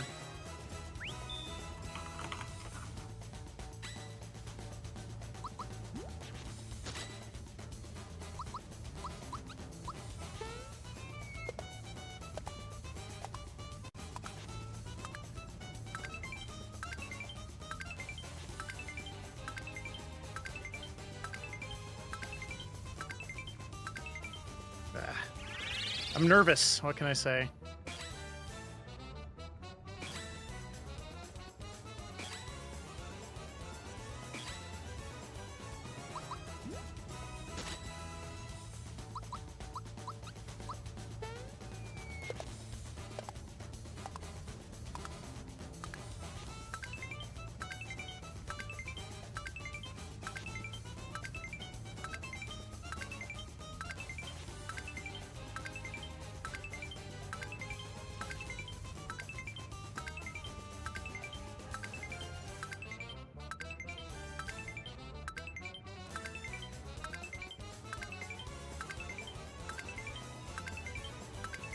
Okay, well, I got 30, so that's the important thing.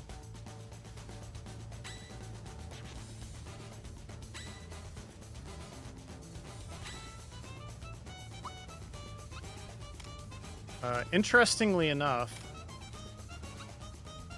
yeah, I'm actually just gonna have to fight this out from here, which is kind of not great. Oh, this is actually really bad. Let me think here.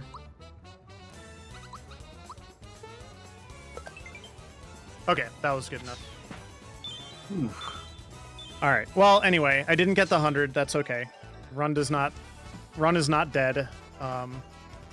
But it would have been fun to get 100. I got 100 earlier today, and then I got like 98 also in my warm-up, so that's okay. I think we also said after this fight we were going to take a quick, just like a quick midway break for the stream as well, so I think after this scene with the star, we can go ahead and do that. Okay. So I will let you know when it's good to pause. Quick break. Everybody go stretch, get some water, take a good break to kind of just walk around, and then we'll be back shortly. So, okay, let's go ahead and do that.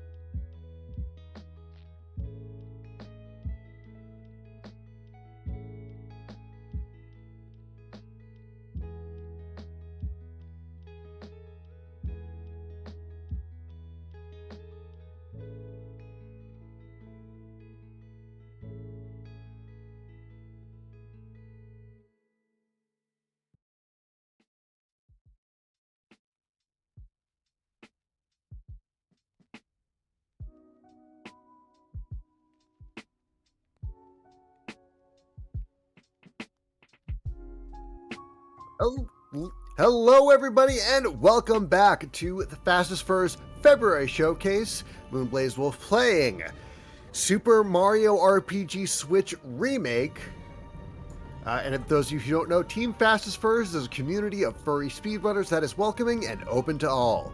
We currently host 2 charity speedrun marathons per year in the spring and fall, and support ongoing community events throughout the year, such as our community showcases like the one you are watching now. Whether you're an active speedrunner or just someone who is curious about the hobby or our events, you can join us on our Discord by using the command !Discord in chat. Yeah, thanks, and thanks for that, RB. So yeah, we're back, everybody. Let's just go ahead and get the timer restarted in 3, 2, 1, go. And I think one thing I learned from that fight is I need a little bit more of my FP, so I'm gonna go ahead, actually not do that. Gonna give myself a couple FP before this next fight, and then we're gonna warp right back to Seaside Town. We're gonna get confronted here by turns out these blue toads were actually evil all along. Who would have believed that? What? I don't think so. So I know I asked for silence during the super jumping. So Phantom, do you maybe just want to kind of talk about the mechanics of super jump a little bit? Sure. So the way that a super jump works in this game, as well as the original, I think the original it starts getting tighter earlier, but in remake, after the 15th jump, every single jump after that is a 3-frame window at 60 FPS. So you have 3/60ths of a second to press the A button at the right time, and the timing of the super jump is not actually necessarily when you think it is.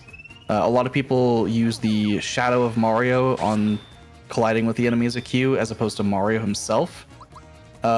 Some people use audio, some people have drastically different visual cues that they use.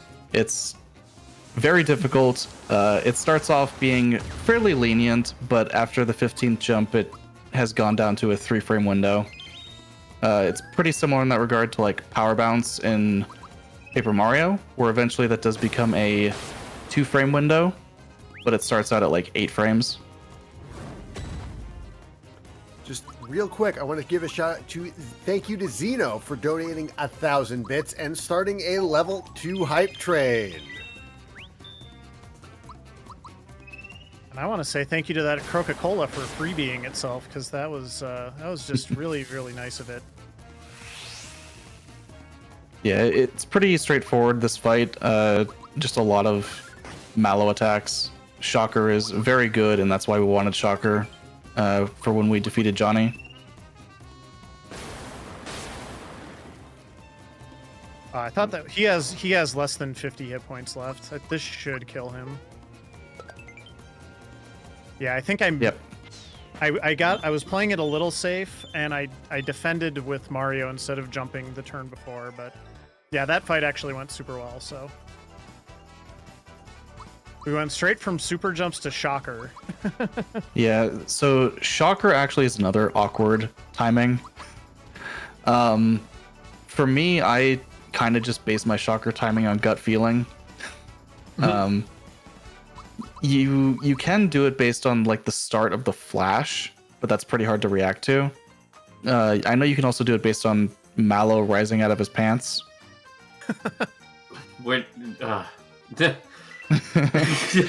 So once Mallow has left his pants, you wait like a couple frames and press the A button, and that's the timing for Shocker.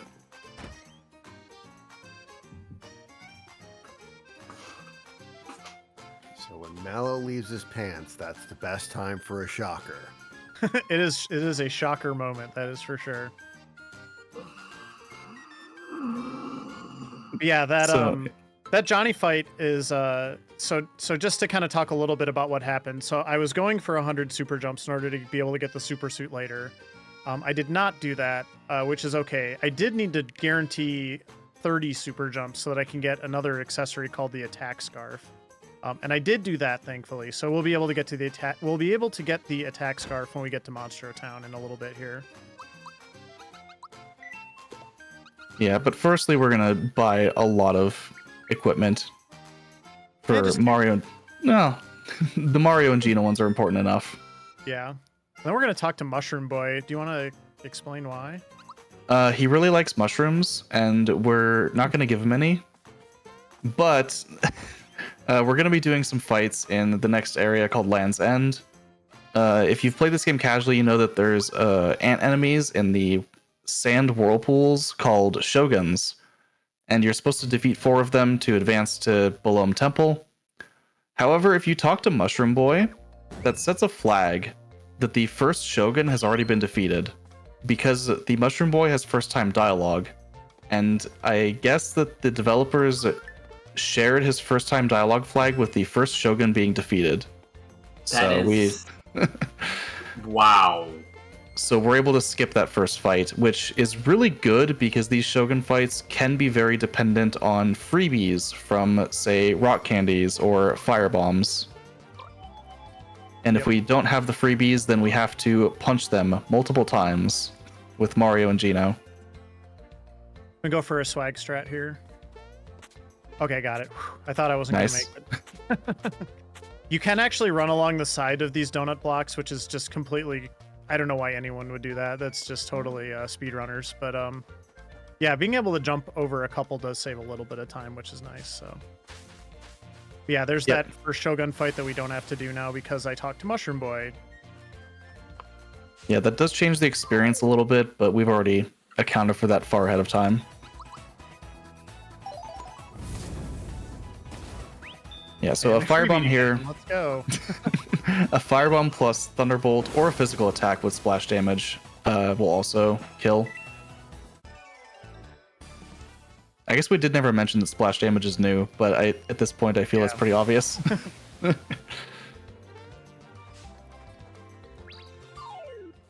I'm also very closely watching for special enemies in these fights. Because if it's a special enemy, we need to run away and reset the fight. All right, I'm just Yeah. going to use another one. I'm getting such good freebie luck so far. Oh my gosh. Wow. Yeah. Jeez. Special Shoguns take a very long time to kill. They have quite a bit of HP. And we really don't want to have to deal with it. Yeah, by this no. point, I was going to just point out Mokuro there. Yeah. yeah, by this point, special enemies have like 4-figure HP.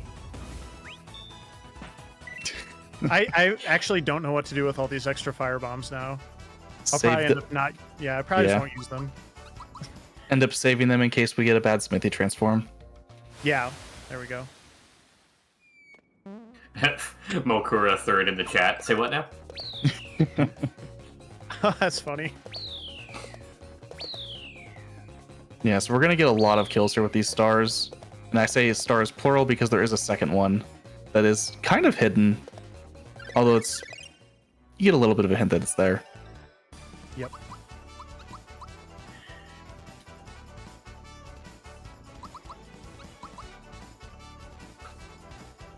Notably, by the end of Bolome Temple here, we want Mallow to be level 14 for the fight after Bolome against Mega Smilax.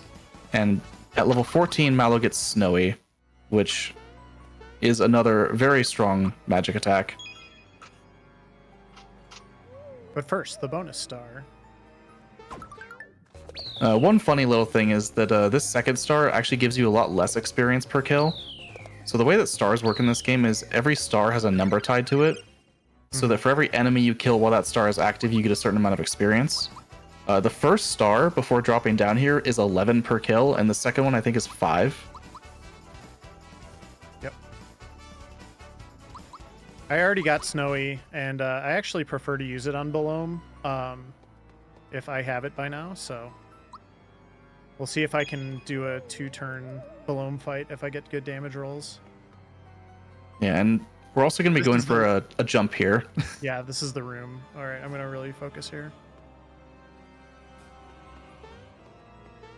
Oh, first try. Let's go. Nice.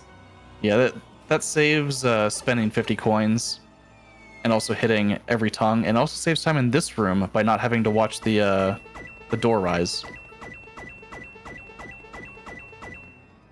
There's a few different ways you can do that jump really hard too. on that trunk. I've been working really hard on that trick, by the way. I just want to say. Yeah, there's multiple lineups you can do for that. Multiple different ways to get it.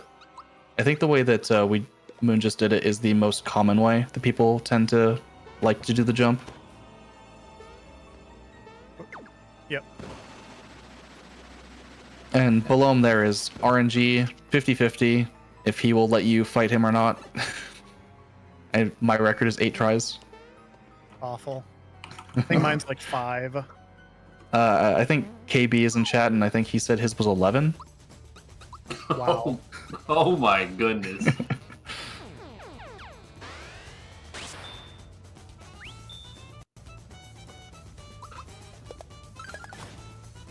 But yeah, below him here is pretty straightforward. Just like before, except this time when he eats someone, if he does get a chance, he will create a clone, which does mess with experience a little bit.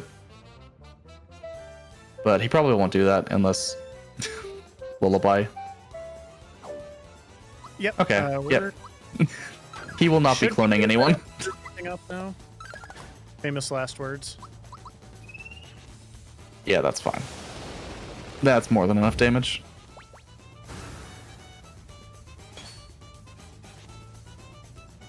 Yep. Yeah, the clones he creates, depending on who he copies, you get a different amount of experience, which does mess with the routing a little bit in terms of consistency and where you expect certain characters to level up. Excuse me, button. You do the amazing jump first try, and then you're just falling off the edge of blocks and buttons for literally no reason. The game's just getting back at me a little bit. It's all good. That'll teach you. Yeah, so we're gonna get this, check out this star in Monstro Town.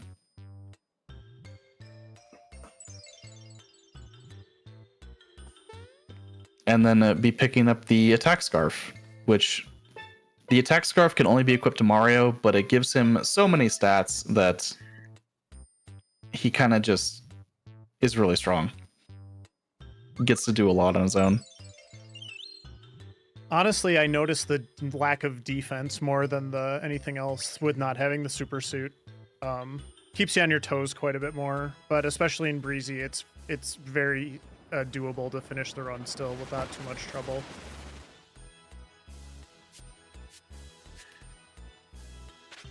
We get to meet the paratroopers here. Operation Get Mustache Over the Cliff.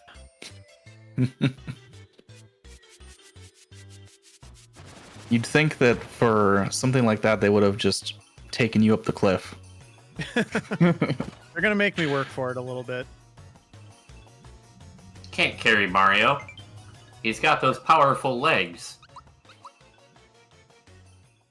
Yeah, I can't carry him, but they're fine with being jumped on.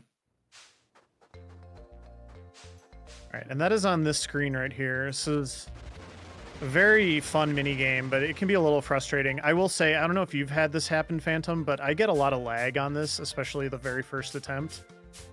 I'm not sure about lag, but I do notice that just sometimes what I feel like should make the jump does not make the jump.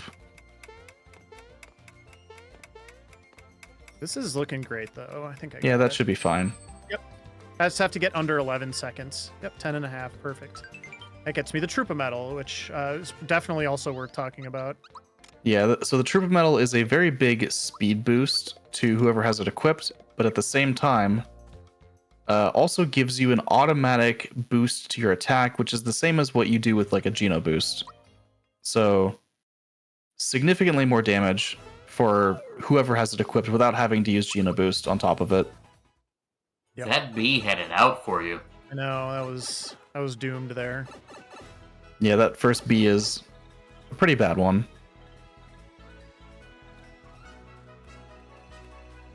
And I'll be interested to see how this fight goes against Smilax, because I know it's going to be different.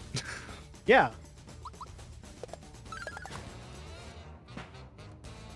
So this fight has four phases. The first phases are all just individual basic enemies, essentially. So I'm going to do a basic attack on round 1, Snowy on round 2, Ice Bomb on round 3, and then Snowy and Star Riders on the final round.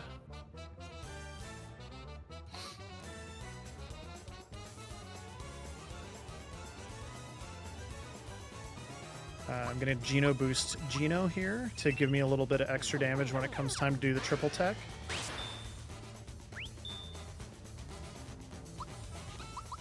And my Ice Bomb.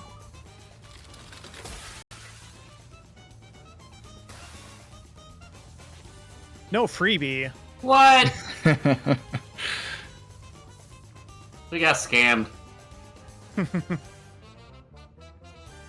All right, so here's the big one, the biggin. So we'll do a Snowy, and I've got my full chain.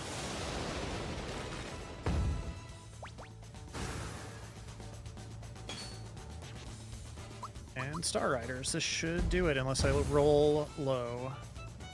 Oh, we're good.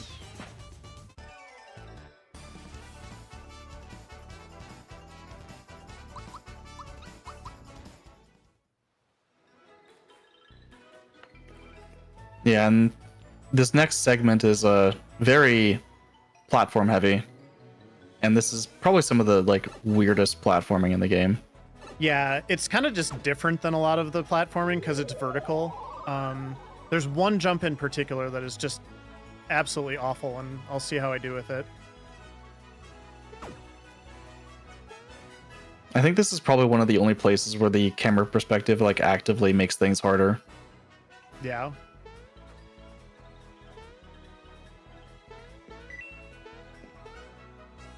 Just missed a coin there for no reason. That's fine, whatever.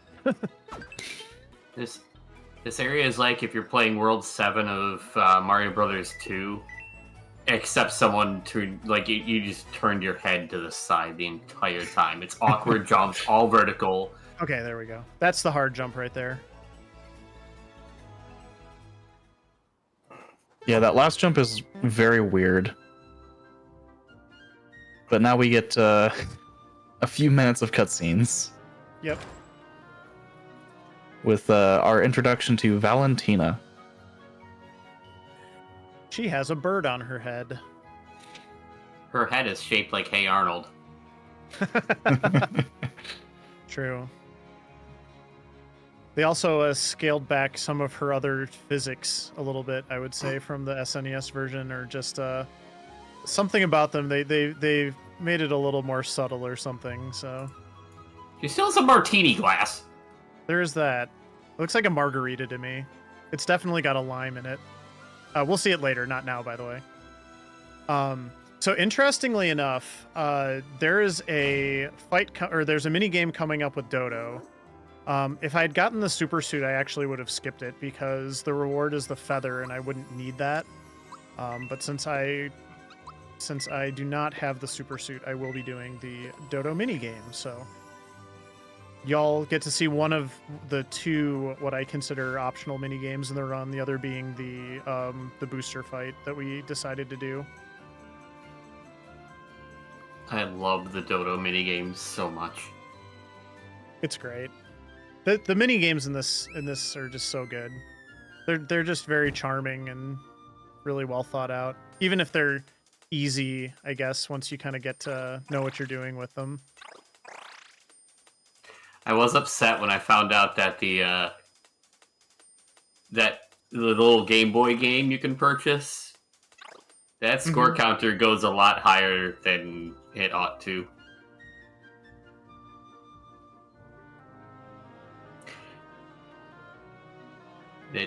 Angry Mallow. Angry Mallow is fantastic. Yeah. Mallow, the Mallow of Shame. But anyway, we are going to get turned into a statue in order to infiltrate the palace.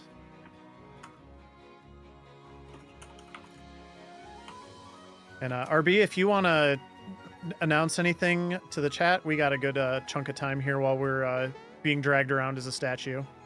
Okay. Yep, that's just looking at the statue making process. You just vibrate around it and suddenly you're gold. That's are how you it works. having a good time, by the way? Are you enjoying the run?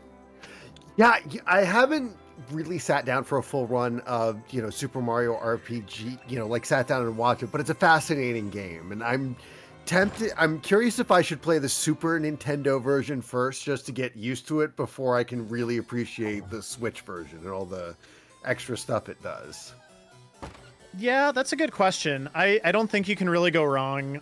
I do think the Switch version is a little bit easier in a lot of respects, so that would be my pick, but I know that the SNES version is probably just a little bit more accessible to most folks, so... But anyway, Okay. I cut you off to ask how you were doing, but I know you probably wanted to tell chat something as well. Well, yeah, I mean, we were having so much fun doing this Fastest First community showcase, is that you can host one of your own. The Team Fastest First community showcases are back with monthly streams featuring amazing speed runs like this one from all kinds of members from the Fastest First community. So if you're a speedrunner interested in participating in a future showcase, use the command !showcase in the chat to fill out an application today. Exactly. We'd love to have you. We'd love to let you show off your stuff on our channel. As Eunice says, say what? Yes, indeed. What was last month's showcase? So last month's showcase, we actually did a pre-AGDQ showcase because we had something like in the ballpark of 7 or 8 community runners who also ran games in AGDQ. So we had a collection of runs that were then featured in GDQ the following week, which was really fun. So yeah, that was a nice theme. They don't have to be themed, but we do like to theme them sometimes if we see a good opportunity. So, but yeah, just if you have a run that you want to submit and show off, definitely throw it in there, and we'll see if we can find a good time to get it on air. Ooh. Talking and jumping at the same time. A little bit more difficult than I originally thought.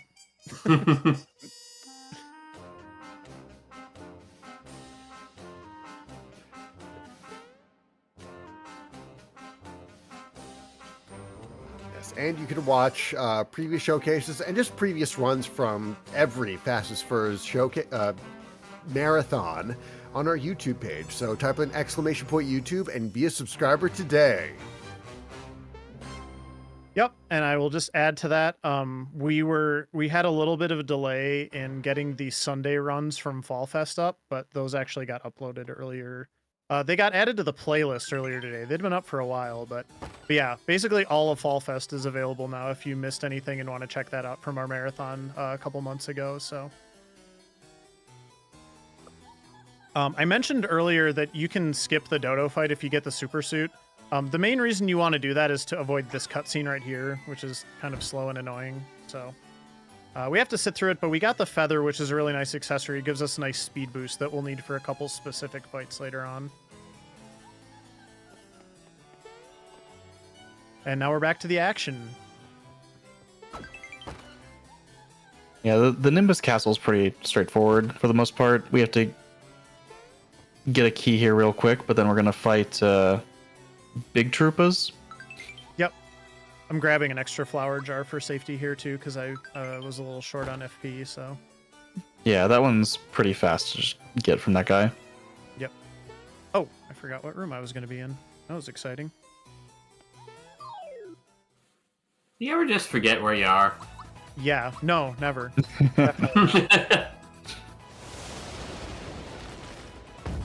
Yeah, these big troopas don't really like the cold, I guess. The snowy is just really strong.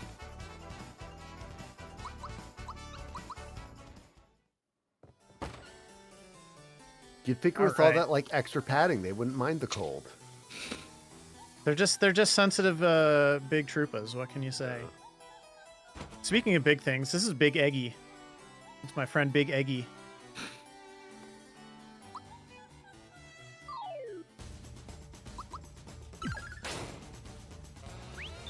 Yeah, we're just gonna punch this egg for no particular reason. One of the most bizarre fights in the game. It's a joyous fight. I don't know what you're talking about.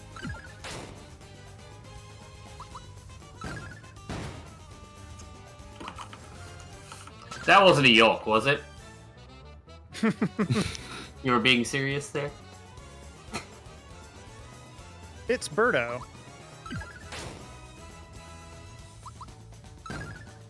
Yeah, Birdo is friend-shaped. Birdo doesn't really get to do a whole lot. Why is Birdo in this castle? Who knows? Who cares? Wait, so is this how Birdo was born, or does she just like to chill out in an egg? We don't know. Listen, sometimes you just gotta chill out in an egg, and then you end up in a castle in the clouds. Yeah.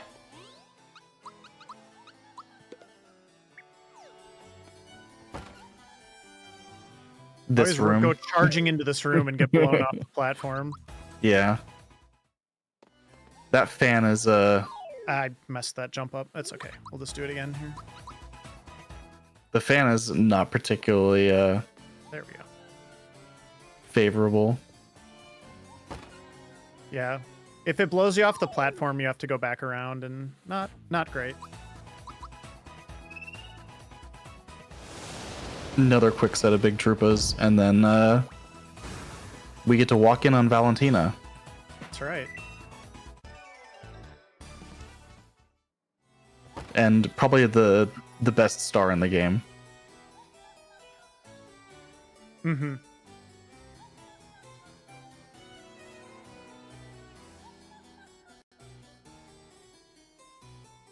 I like that Valentina laugh in the music that's playing here. It's a little more subtle in the SNES version. I don't think I ever really realized what it was, but also shout outs to Dodo for being like a really good guard dog here.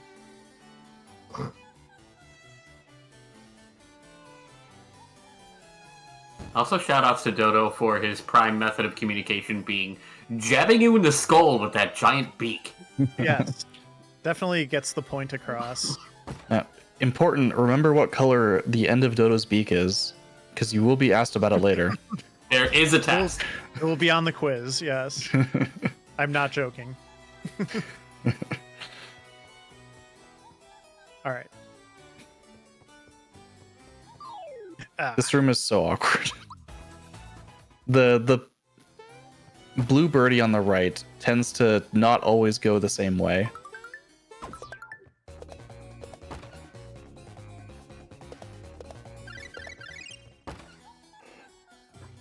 It's very important that you get through Dodo with that star, otherwise you do have to fight him, and it is awkward.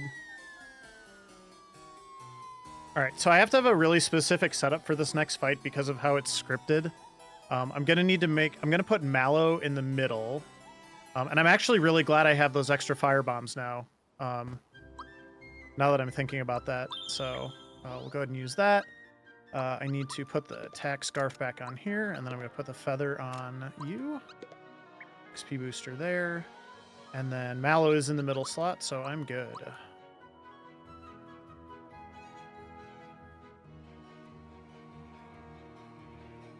Yeah, I think a firebomb will actually one-shot Dodo, but I don't know if I've actually tested that yet. So we're going to test it now.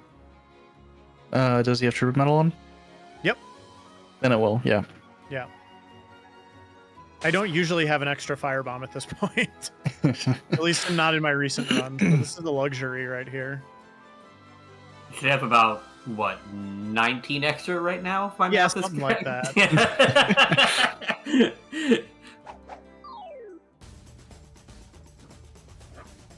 See, it's got a big lime in it. That's definitely a margarita. Didn't salt the rim, though. Rookie Yeah. mistake. Boo. It's also not large enough. That, too. Alright, so yeah, I'm just going to use a firebomb here. Because Dodo is weak to fire. Bird, weak to fire. Did Yeah. you know? Just Kentucky fried him. Alright, now we're headed back to the main fight. Lighting birds on fire. Oh no. All right, so Valentina has a 10% evasion rate. Oh, that was brutal. That's So this is about the worst start I could have.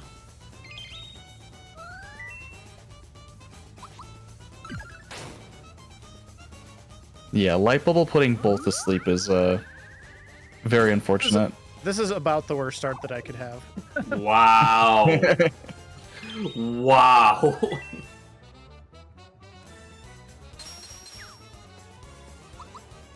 I'm also just missing out on a lot of damage because I wasn't able to, yeah, he is still just totally zonked out, isn't he? Okay. Well, we're just gonna cobble this fight together. Yeah, this is typically, like, not uncommon for Valentina to just throw a wrench and everything. Yeah. When this fight goes smooth, it goes so smoothly, though. Just not gonna be one of those days, unfortunately. On the bright side, Mallow gets to punch her. Yes. So we got that going for us, which is nice. And we got a little bonus Bowser, which I know you were potentially concerned about the lack of Bowser. I missed that block a little bit. That's okay. Oh. There's the 10%. I'm sorry, I looked at chat. Well, you know, it's fine. Just one of those things. And Bowser is dead. See, this is why we don't use Bowser anymore. And Gino is still asleep. I'm just gonna defend. Okay, that was also oh. Now this could actually be kind of bad. Oh, missed, though. Well, we have Mario, a dead Mallow, and a mushroom. This is So a good party. She should be dead next turn. Yeah. Nice block, mushroom.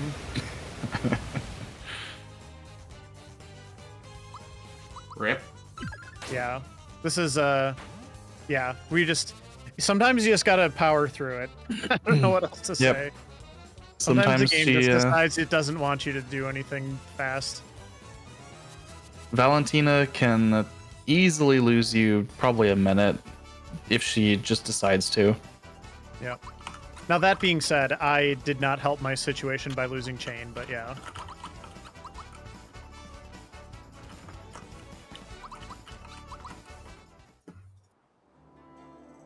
All right, and we got another nice long cutscene here.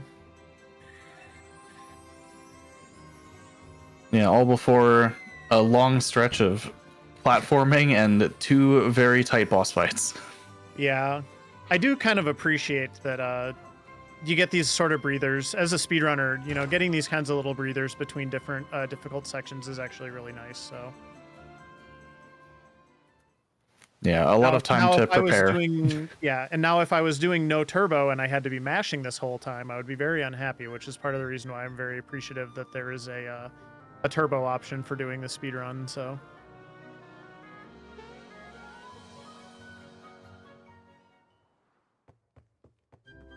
I absolutely adore King Nimbus. He is such a dad. He's absolutely dad. He just wants everyone's autograph, and he wants to embarrass Mallow, which I can relate to from, you know, dads.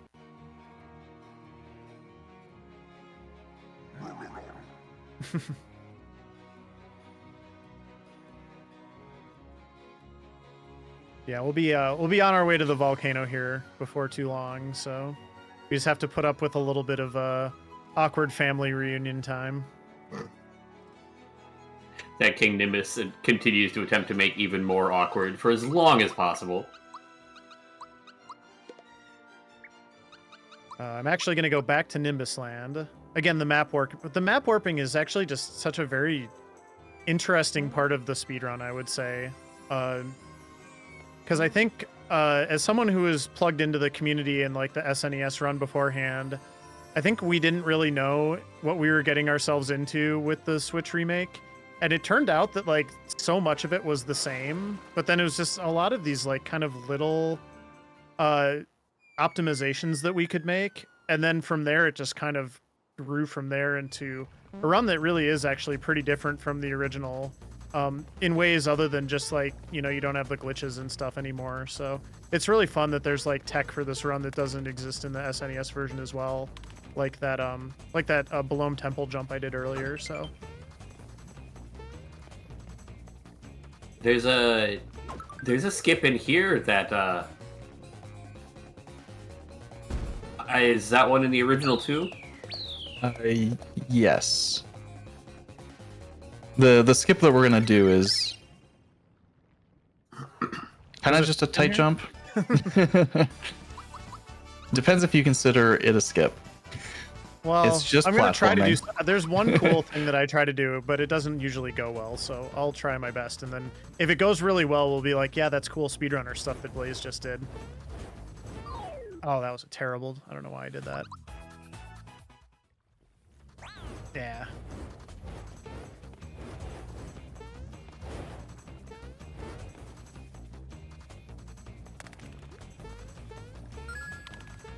Oops, I accidentally got a frog coin. Oops. Don't you hate it when you accidentally get more stuff you need? This fight I did on purpose. This fight you can technically skip. It takes a pretty precise jump, and I just haven't really practiced it very much, so. But it dies to Snowy, so. Oh, I actually got a bracer. That is actually relevant to my route, so. Yeah, there's a few different things you can get there. I think most commonly it's probably a fright bomb. Yeah, you can either get a fright bomb, an energizer, or a bracer, I believe.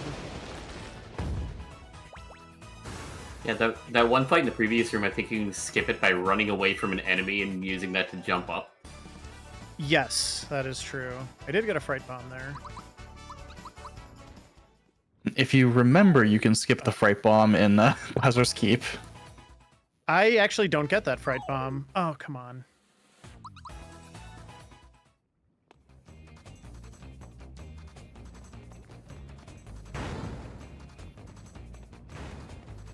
I think it saves like a turn on the Wizard Koopa fight, is that right? Yeah. Okay. Well, now that I have one, maybe I'll use it. I don't know. We'll see. That was weird.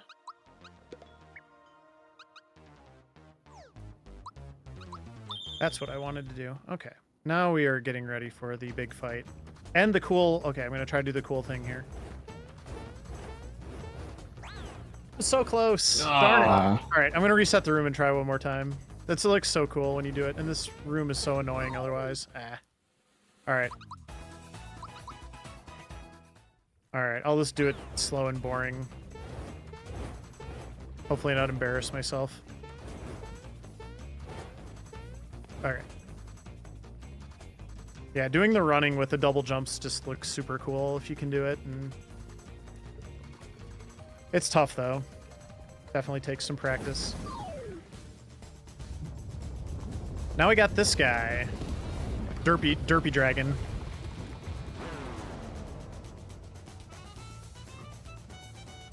Yeah. Zar Dragon here is he's a complicated fight, but we make it go what, 3 attacks? Well, not anymore, because I forgot what weapon Mario is using. But So 4 attacks. yeah, probably. I just love that he's basically a gargantua blarg, but he's got tiny little feeties.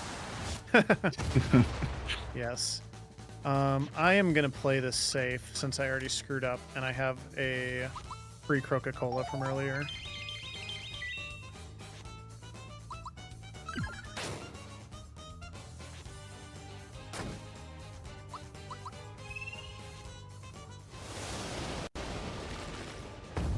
This should kill. Yeah. Okay.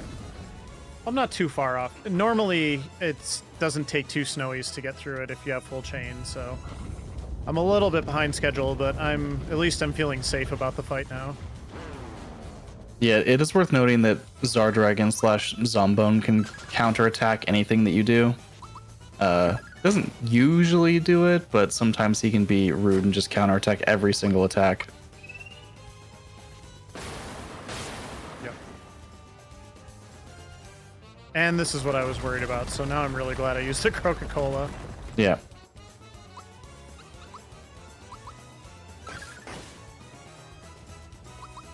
Yeah, Gino being dead, even though even if he was left on screen, his chain bonus wouldn't apply anyway, so swapping him out for Bowser there for some damage works. That was not great that I lost chain there. But we'll see how the next fight goes. I need to get my party correct. All right. Yeah, this fight I have actually no idea what your fight normally looks like. Usually it is.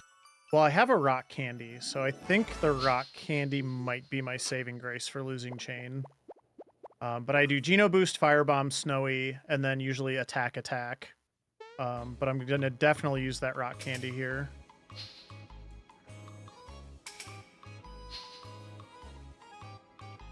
Yeah, this is going to be a big difference from what I normally do, because my fight usually uses a Clown Car Barrage on turn 1, which is the Mario, Bowser, and Mallow triple move. That is just a series of amazing words when together. I use Star Riders on the blade, assuming all goes well.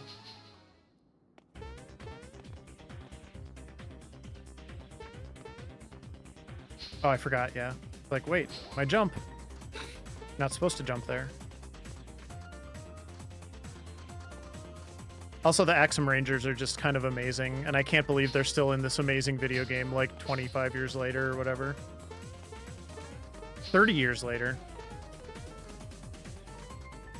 I'm trying not to think about those numbers. I know.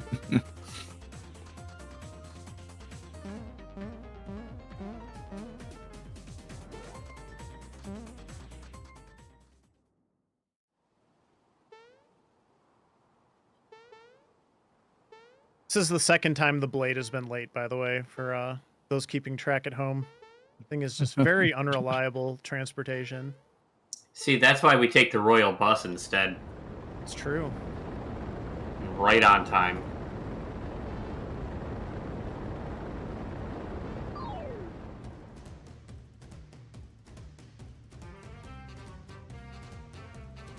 They talk too much, too. Yeah, it's probably like 40-ish seconds of an intro. I'm pretty sure the intro is generally longer than the fight. I mean, isn't that kind of the case with anything that the Power Rangers are ever involved in?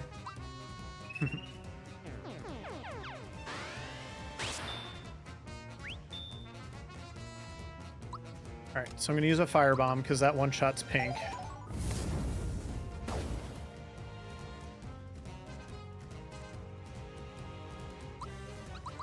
Then Snowy will take out every... Well, actually, I don't have chain, so I don't know this. It might leave black alive, but normally it kills black and green. Yeah, black is still alive. That's what I thought. That's okay. Okay, you didn't have to do 3 fights, though. That's... Yeah, that's the biggest problem about Ranger Black is they get however many turns they feel like. Okay, well, I'm really glad I have this rock candy now.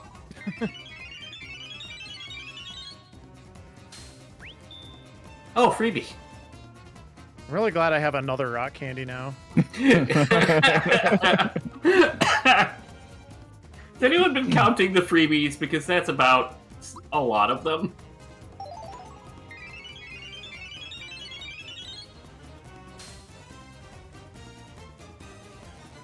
Now I'm a little worried. I think Mario's going to be okay. But he might not be. So I need to think about this for a second. Yeah, we're going to go for it. This might come back to bite me. We'll see.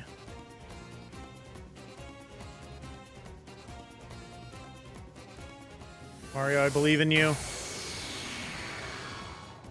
Yes! Alright, we're good.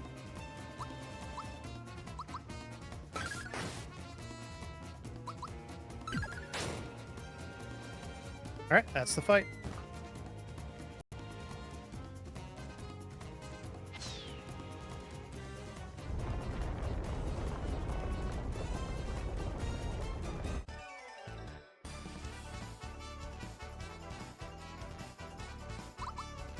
Yeah, very quick volcano section. All for the 6th star. Yes. Yep. So we just have 1 star left to go. But as Ian mentioned, it is time to get on the bus. Which, amazingly, is right on time. Unlike where I live.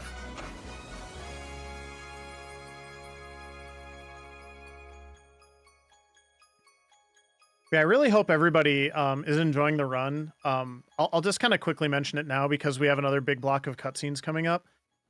This run is one of the most accessible runs out there, in my opinion. There's some incredible guides, website resources, all of that stuff. Just smrpgspeedruns.com. You can check out stuff on the SNES version. You can check out stuff on the Switch version. There's just a ton of data research and a really good community of folks that are happy to help you out if you need help with anything.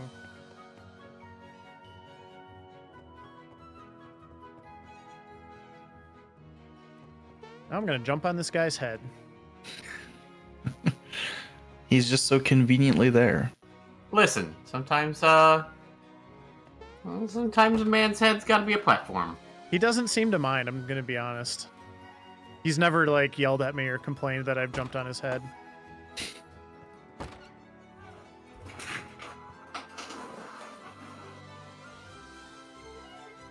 Alright, so now we get to find out about the bus, which...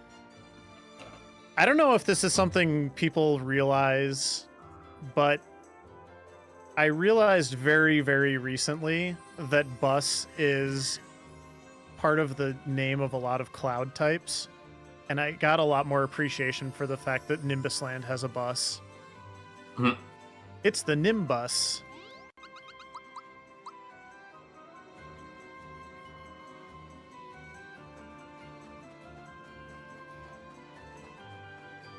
Also, it goes ooh-woo.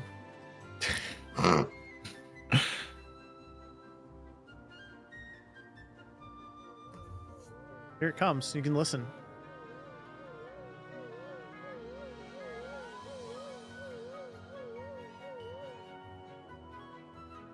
Can we please have a chat full of ooh-woos? It runs on ooh-woo power, much like our chat. This is probably a decent enough time to say, but if anyone in chat wants to guess, there are 2 battle doors out of 6 doors, and we don't want them. Yeah, so if you wanna pick, so the doors are numbered 1 through 6. I don't think it's a good idea to guess how many battle doors I'm gonna hit because I'm obviously gonna hit both of them. I always do. But if you want to guess which numbers are the 2 battle doors, 1 through 6, I will do those ones last. Just because chat told me to. I have my guesses. I always guess 2 and 5, because it's like the least convenient ones. Battle door. Chat time says 3 and 5. Everybody thinks 5. I was gonna say 4 and 5. We have a 4 and 6. Sounds like we're all in agreement that 5 is a horrible door, so I'll definitely not do 5. Either that or do it first because we're all wrong. That would actually be an interesting contrarian play. There are 2 ways to go about this. Rubicante has typed out the whole thing. Well, no one picked number 1, so I'm just gonna start with door number 1.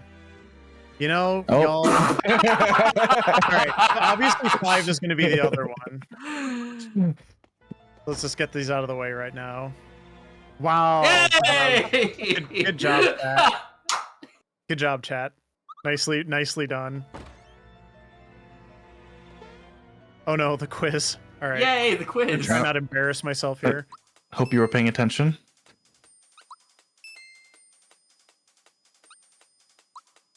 Oh no, it's soil. Crap. Okay. I'm not toast yet. Yeah, this is a surprisingly unforgiving minigame. Oh yeah.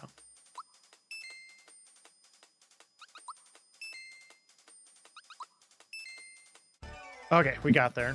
Yeah, you can only get like 1 or 2 wrong Kind of depends on when you get them wrong, because it doesn't punish you fully unless you miss after the second question.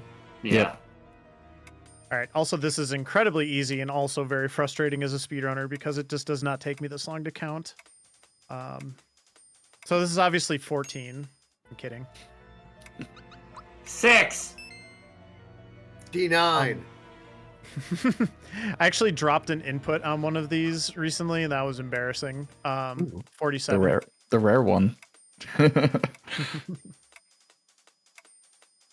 This one's Breathe. actually really funny, easy, because it's always 35 in the first 3 rows plus 5 in front, so you actually just have to count the ones on the top. Fun fact. It's 3. A combination of 3 and 5. I don't even think there is a 48 or 49. All right, and then this mini game's fun. We have to figure out the order that they finished in. That is second. That is first. So 2, 1, 3, 4. Okay.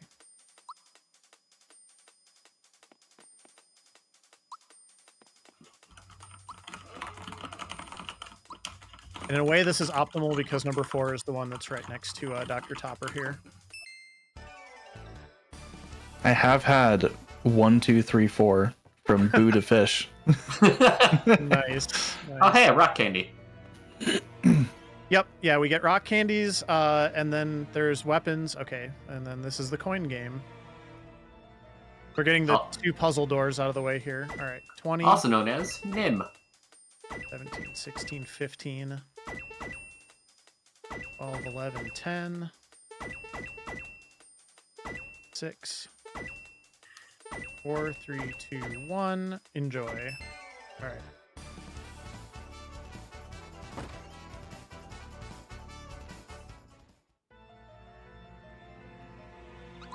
Magic buttons are very easy.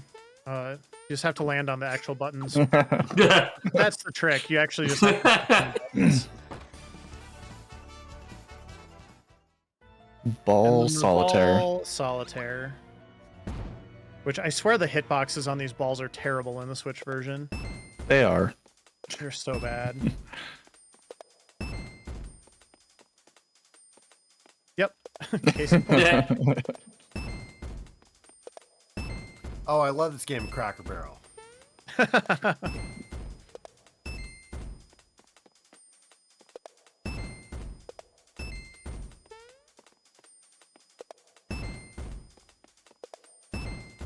Everyone's favorite pastime while waiting for their ridiculous amount of gravy.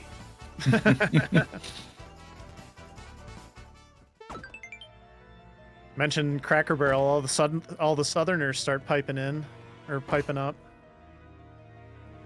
All Well, I mean, so now we there's- got the platforming doors. There's plenty of Anyone them who knows up me knows I north, love platforming. Sorry, go ahead, Ian. I was gonna say, there's just plenty of them up north, too. Not any. Well, actually, yeah. There's one. I live in North Dakota. There's one in South Dakota, so I guess that's fair. When I lived in Wisconsin, there was a couple that I knew of. Yeah, I guess my perception of geography gets screwed by or skewed, not screwed. Gets skewed by living this far north. Oh, this room is awful in the remake, by the way. Yes. Oh my gosh. How did I avoid that? Wow! I have no idea how I didn't get blown up there. That was a miracle. He had me dead to rights. There's something about the isometric angles that they use in the remake that, or something about the way they made the pillars, but it's just, you actually, like, there's so many blind spots in that room now. It's kind of a nightmare, honestly. I barely remember the room from the original, so when I ran into it in the remake, I was like, what am I looking at? So in the original, in my opinion, it's one of the easier rooms. So I got very like thrown off in the remake when I first started getting blown up in that room. I was like, what is going on? This room is supposed to be easy. I don't, oh, oops. I don't understand. I'm trying to get a running start. I'm trying to get a running start. There we go.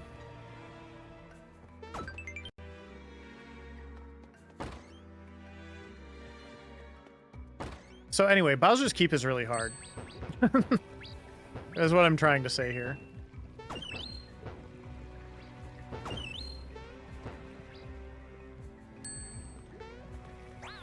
That was all on me.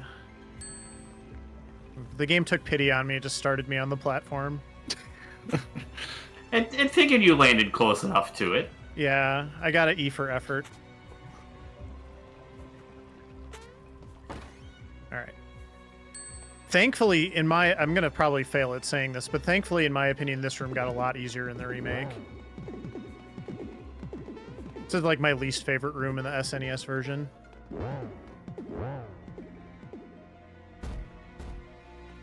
All right, we're through. We're going to not get the super slap because we don't need that thing.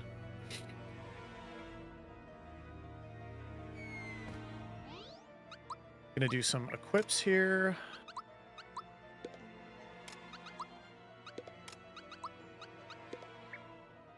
And nope, my party is wrong. There we go. Bowser just really wants to get in on the action. What can I say? You can't leave him out. Aside from all those parts where you can leave him out. You know, he's already gotten a lot of extra action between the Valentina fight and the fight with the blade there. Let him cook.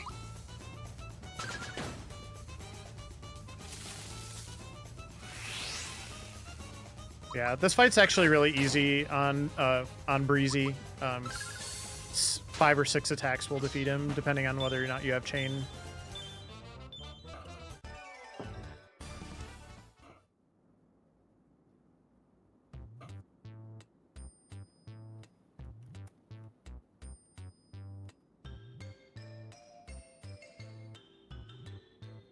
You get what you pay for. Unfortunately, we don't need to do any more shopping for the entire rest of the run, but... And there's really only one shop anyway. Yeah. Okay. The timing's a little off, but as long as I don't get... Yeah, that's fine. And now we got Boomer. Okay, Boomer. Time blocks are very important in this fight. I guess that's all I really want to say about it before I get into it. They're very important, and this fight runs at a third of the frame rate. Yeah, it makes it really hard to get timed anything with it in this fight for the way the Switch runs it, unfortunately.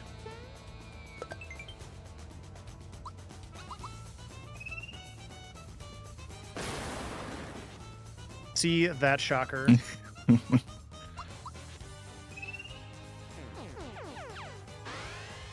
Usually I'm impressed if leaving this fight with 5 chain anyway. Yep. And Oh, that was on me. I'll fix that in a second. Actually, I'm just gonna do a pick me up. That's fine.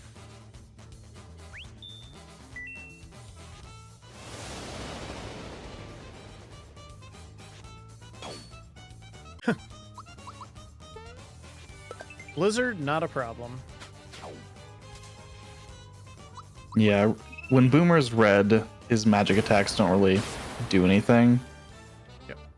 Magic is also a lot faster in this than it is in the original. Yep. Now he's weak to physical attacks, so we're just gonna punch him a whole lot.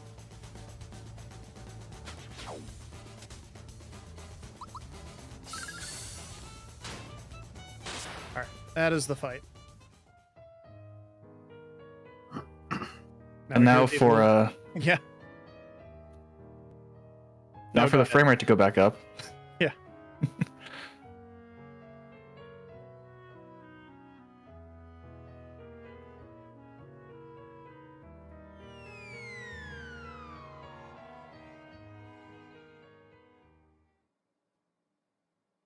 And now also for the most difficult fight, right? It can be, because honestly, like, the timing on this Geno world just is absolutely maddening to me. It's like such a game of chicken. I hate it. But yeah, hopefully. So I mentioned way back when we were in Mushroom Kingdom fighting Mac / Clay Morton that I feel like the developers left a couple Easter eggs in the run that were sort of homages to some of the glitches in the SNES version. Well, this one is they left in the fact that Exor it can get one-shotted by Geno Whirls. So we're going to be using that to end the fight. Hopefully first try. If not, it gets a little bit dicey, but we'll see how it goes. Just don't be like me and forget a step to the process. Like I do every time.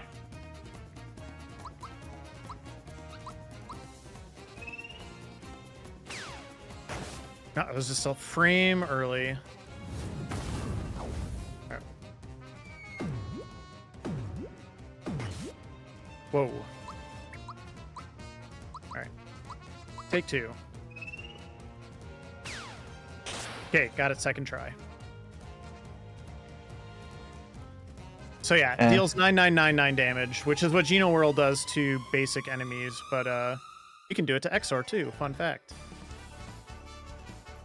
Yeah, by killing one of the eyes, it removes his resistances to status conditions, like insta death. Mm-hmm.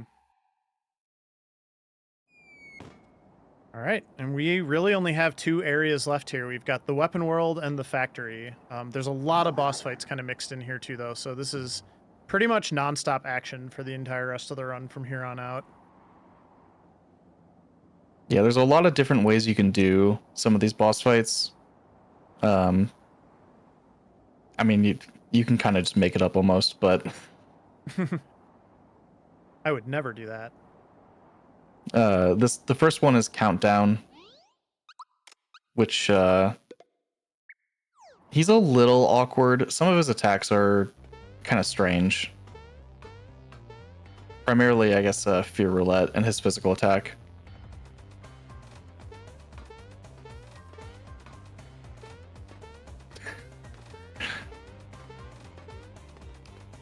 A lot of very difficult platforming too.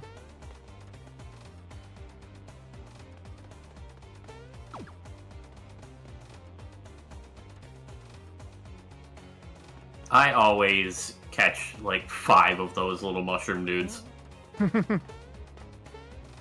I should have known better. Oh. That's yeah. I didn't count my jumps. There we go.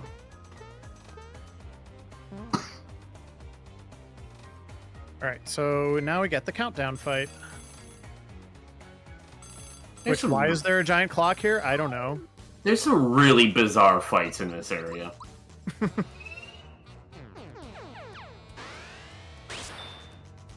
We did just pick up a bunch of rock candies and other really good items, so we're going to be using some of those in this fight, though.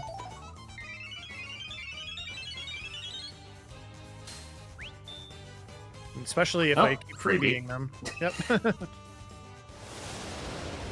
Because why not? Yep.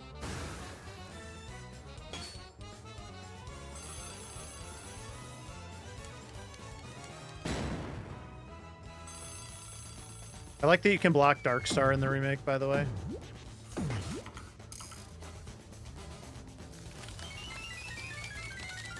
I still can't ever block Diamond Saw, though.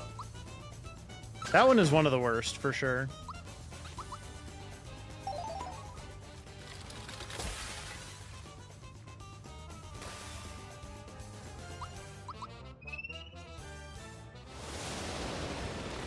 This should kill the two dingalings. Yes, that's actually what they're called.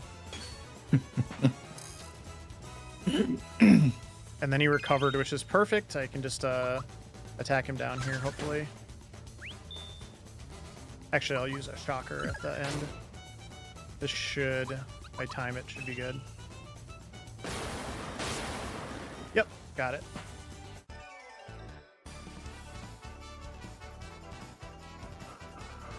That was my optimal countdown fight, so I'm very happy with that.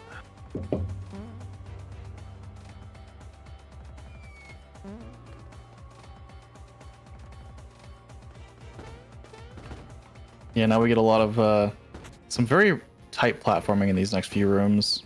Yeah, this is gonna be stress time for me. Because the last thing we want is unnecessary boss refights. Yeah, thankfully you can flee from them, so... Okay, whew, that's one of my least favorite jumps. Yeah, it's pretty tough to avoid the high boos here. They are called that, yeah. Hi, boo. This one's the worst. I'm gonna try it. Nope. Yeah. I think you have to be up one more level. That was. I don't know if I set that up right. I haven't dodged that bowyer in a while. Oh, I thought he came one more tile. Okay. Anyway. Yeah, the Axum fights are probably the worst ones, just because if they have Axum Black machine maids in there, then it can take forever to run away. Yep. And then Axum Black will get 5 turns. Yeah. And there's two of them. I already got that once. I don't want to have to deal with that again.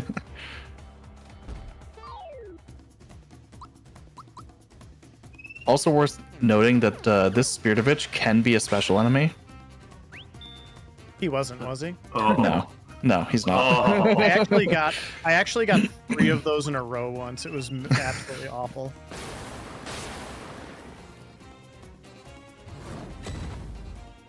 It's gotta have as much HP as, like, first phase Smithy or something. If not more. Pretty obnoxious, yeah. I think he does have like 300 more HP than Smithy. Good. Just cuz. And I didn't take any HP damage, so I can actually just go down into this fight. Otherwise, I would need to heal and then refill my FP. But we'll get right into it right with Cloaker and Domino. Yeah, Cloaker is weak to magic, Domino is weak to physical attacks. And no matter which one of these two you pick, it goes pretty quickly, but then the second phase changes pretty drastically. Yep. The second phase just decides what kind of ability one-shots you.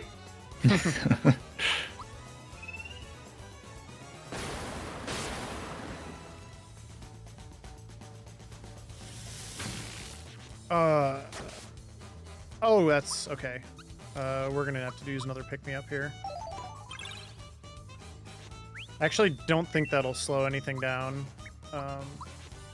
Other than I won't have chain right away, but that's... It is what it is. Alright.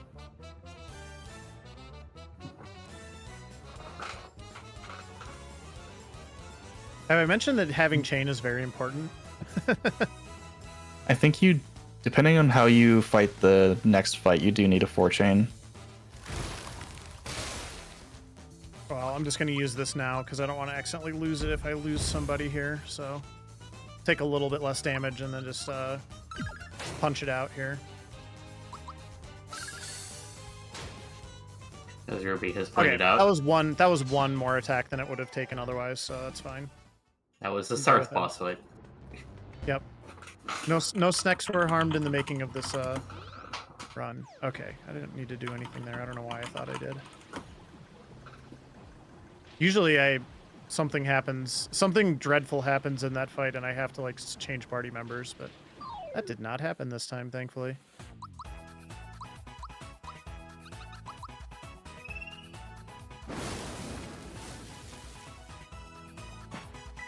All right, we are in the final rush here. We've got the line of factory workers, basically, and then Smithy.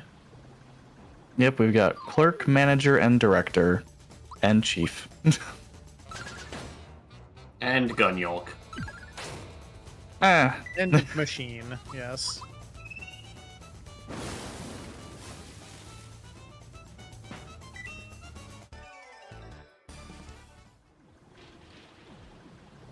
Also, just kind of some little dialogue moments with our party members, I guess, to just kind of, I don't know, just let us share another moment with each of them before the final fight. Such as Dumb Mallow getting stuck in a crane. Completely pointless scene, but there it is. Yep. After how clutch Mallow has been to the run, I feel like it's kind of insulting to have something like that happen to him, but, you know. And then Toad forcing his shop upon you. Yeah, but he does give us another rock candy, so at least there's that.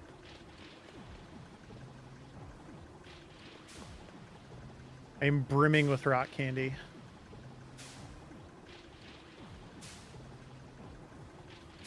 Half the speed run is just you with a bucket of rocks just throwing them at things.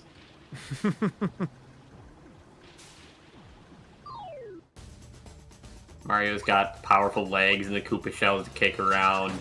He's like, I'm gonna throw a rock.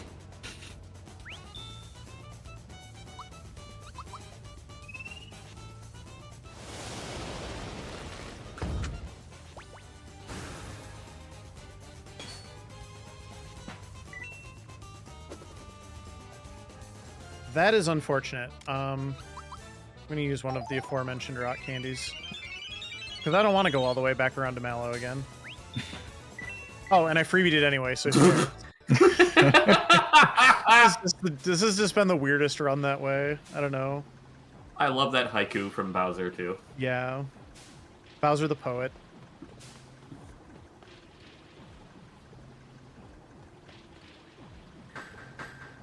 And then this is Director. Yep. Director likes to counterattack constantly. Yeah, unfortunately.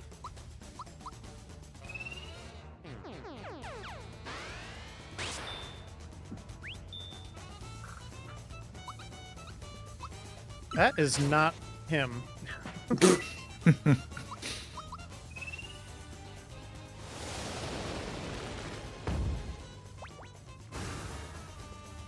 Well, anyway. Just be here a little bit longer, it's fine. And I can't block. It's kind of amazing that we busted out a director emote in chat. Nice. Yeah, Actually very appreciative of his counterattacks now, because it'll help me rebuild my chain. at AGDQ a few weeks ago, Void was in the practice room for probably a total of, I don't know, 100 hours fighting Director. That sounds like something Void would do. Why specifically Director? Because this fight is very complicated. And he was really wanting to change how it worked in the speedrun.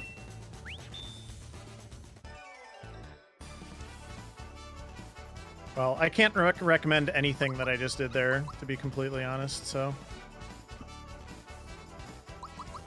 Well, I mean, you won. You got I that did. going for you. I did win, there is that. And we have the final member, Of the Deacon tank. group?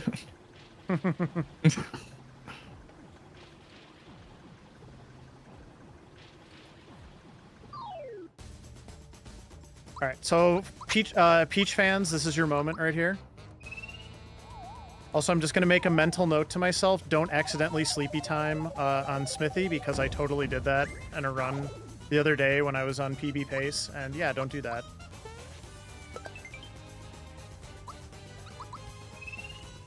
Because this game has memory cursor.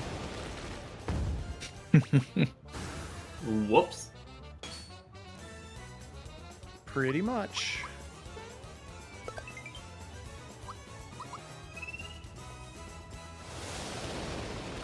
Except for when you're trying to target a specific enemy with magic. Yes.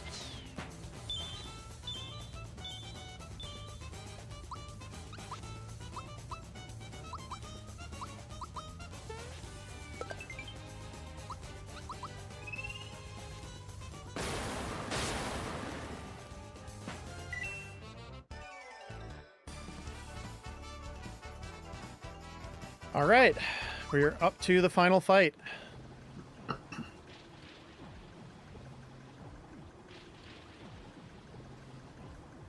Yeah, Might have an Smithy. extra flower item I need to check really quick before I go in, but yeah, go ahead. Smithy 1 is pretty straightforward. Smithy 2, however, is... Well, there's going to be a lot to talk about with Smithy 2. Yeah. Especially depending on what he does. Because he does have a lot of RNG with his transformations. Also has a really, really good soundtrack. Absolutely. Yeah, I'm gonna let y'all commentate. I'm gonna just really try to focus on what I'm doing and bring it on home because I know we took that break in the middle, so it's not gonna count. But unofficially, I am on PB pace right now, so I'm very happy with how this run has gone so far.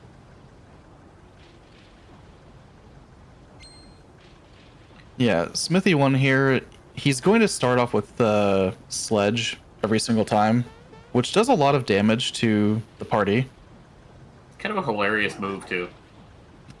Just a big hammer out of where? The freaking sky. It's the Super Mario World hammer. It almost comes out of Monty Python, like the foot. But his turn 2, he has a few different options for what he can do. Meteor Swarm is probably not what we want to see, but it is something he can do. He has a physical attack, and he has Fire Saber, which is the same as Drain / Mega Drain in the original, except it is blockable now. So right now we're getting Geno boosts on everyone. This is gonna just help with damage and defense and everything throughout the entirety of the fight.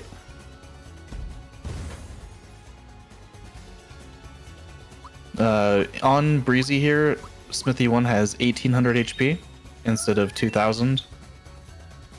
So he dies a little bit faster. Actually, having Peach out here for the Meteor Swarm is pretty nice because of her magic defense chain bonus. Meteor Swarm did a lot less damage than it would have. And then we throw rock candies at him until he dies.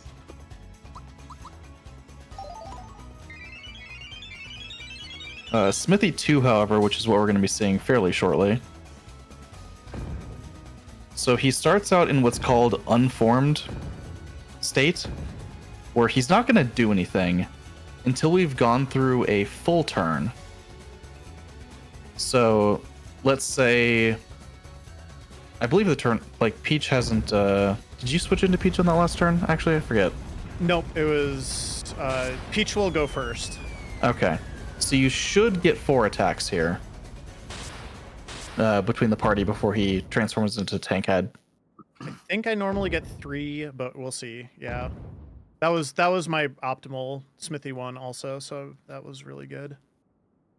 Yeah, it depends on what character you kill Smithy 1 with, how many attacks you get before Smithy 2 transforms and starts attacking.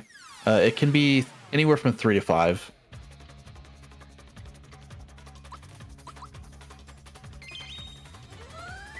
And also, physical attacks do quite a bit of damage. Rock Candy also, because we're Geno boosted, does 300. And when Tankhead comes out, he will be weak to jump and electricity, which just so happens to be, I don't know, Mario and Mallow's primary forms of attack. Weird. And Mallow does 650 damage with Shocker. Mario should do around like 350-ish with a jump. So you're doing around 1,000 damage between the two. And 10% weaker, right? So Smithy's head should have 7,200 health. Yep. In other words, we're taking off almost 15% health in one round. Exactly. Of the last boss in the game. Balance. So the unfortunate thing is the way his transformations work, he at different HP thresholds, he will transform into different heads. And if his HP is low enough, his transformation is completely random. But we do so much damage that we're just guaranteed to hit that random transformation threshold. I should have used the Coca-Cola with Geno, but that's okay. Yeah, also worth noting that all of his attacks are blockable, like the Magnum there. Which is good, because it's otherwise a one-shot. Yep.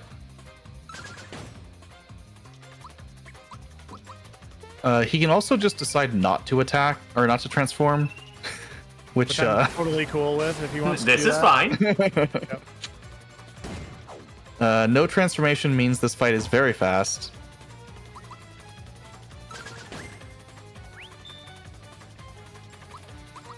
The worst case scenario is Casket Head, but I don't think he's going to be doing anything. Okay. Wow. Yeah, I'm getting the good fight here. It's over. And he's not time yet. Not time yet. Not time yet. yeah. We have What about a ridiculous fight. There's about a minute and a half before time is actually called. It'll be on the fade to black after Gino's last text box.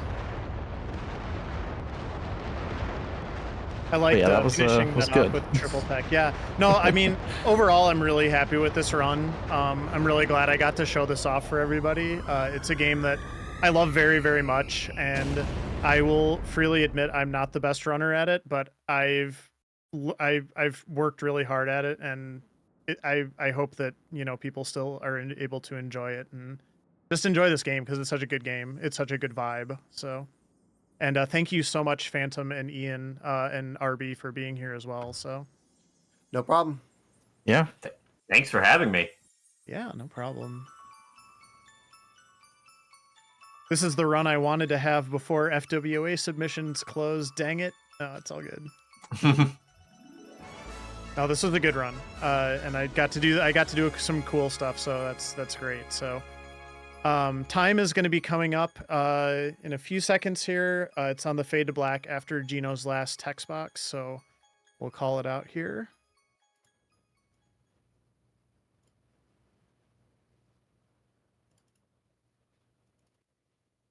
And time. All right. So I got GG. a 2:50:08 on my timer, which again, we took that break in the middle, so this isn't an official run, but if it had been, that's about 2.5 minutes off of my PB. So I'm super happy with that and how I played. And again, I just want to say thank you to everybody who came out and watched, and thanks everybody for being here to help facilitate this. I know we kind of threw it together on a bit of short notice, which is my fault, but there's been a lot going on with FWA submissions and things like that. So I'm really glad we were able to show this off for the Fastest First community. And again, I just want to shout out the wonderful SMRPG speedrun community, smrpgspeedruns.com. There's also a randomizer for the SNES version, which is one of my favorite randomizers. I have played a lot of that, and I even ran it in a Fastest First marathon once. So it's just a game that is really special to me, really cool, and I love the Switch remake. They did a really good job with it, and I'm very happy that it exists. So, Phantom or Ian, anything you want to add? I don't think we're gonna. We can. This still has like a 12-minute credit sequence, but I don't think we want to watch the whole thing. So. But yeah, no, Phantom, Ian, anything else you want to say before we sign off? I mean, not a whole lot. I've been, routing this game since it came out, and it's been fun to just do runs. So it's good to see something slightly different than what I normally do. I mean, GG's absolutely excellent run. It gives me more inspiration to try and go back and do that challenge run. And if you are thinking about this game, this version is about $40 or $50 cheaper than trying to buy the Super Nintendo version, because I just looked at cartridges the other day and my soul hurts. I believe it is actually on sale right now if you want to get the physical cartridge as well from a couple different places. So, but that may have been last week. I don't know. It was on sale recently. I bet it'll be on sale again soon. But yeah, at some point this game will probably be $30 or $35 or something on the Switch eStore. And if you do want to speedrun it, definitely get the digital version because it's a couple minutes faster. But if you just want to play the game casually and enjoy it, go grab the physical copy from like your local game store or something like that. So.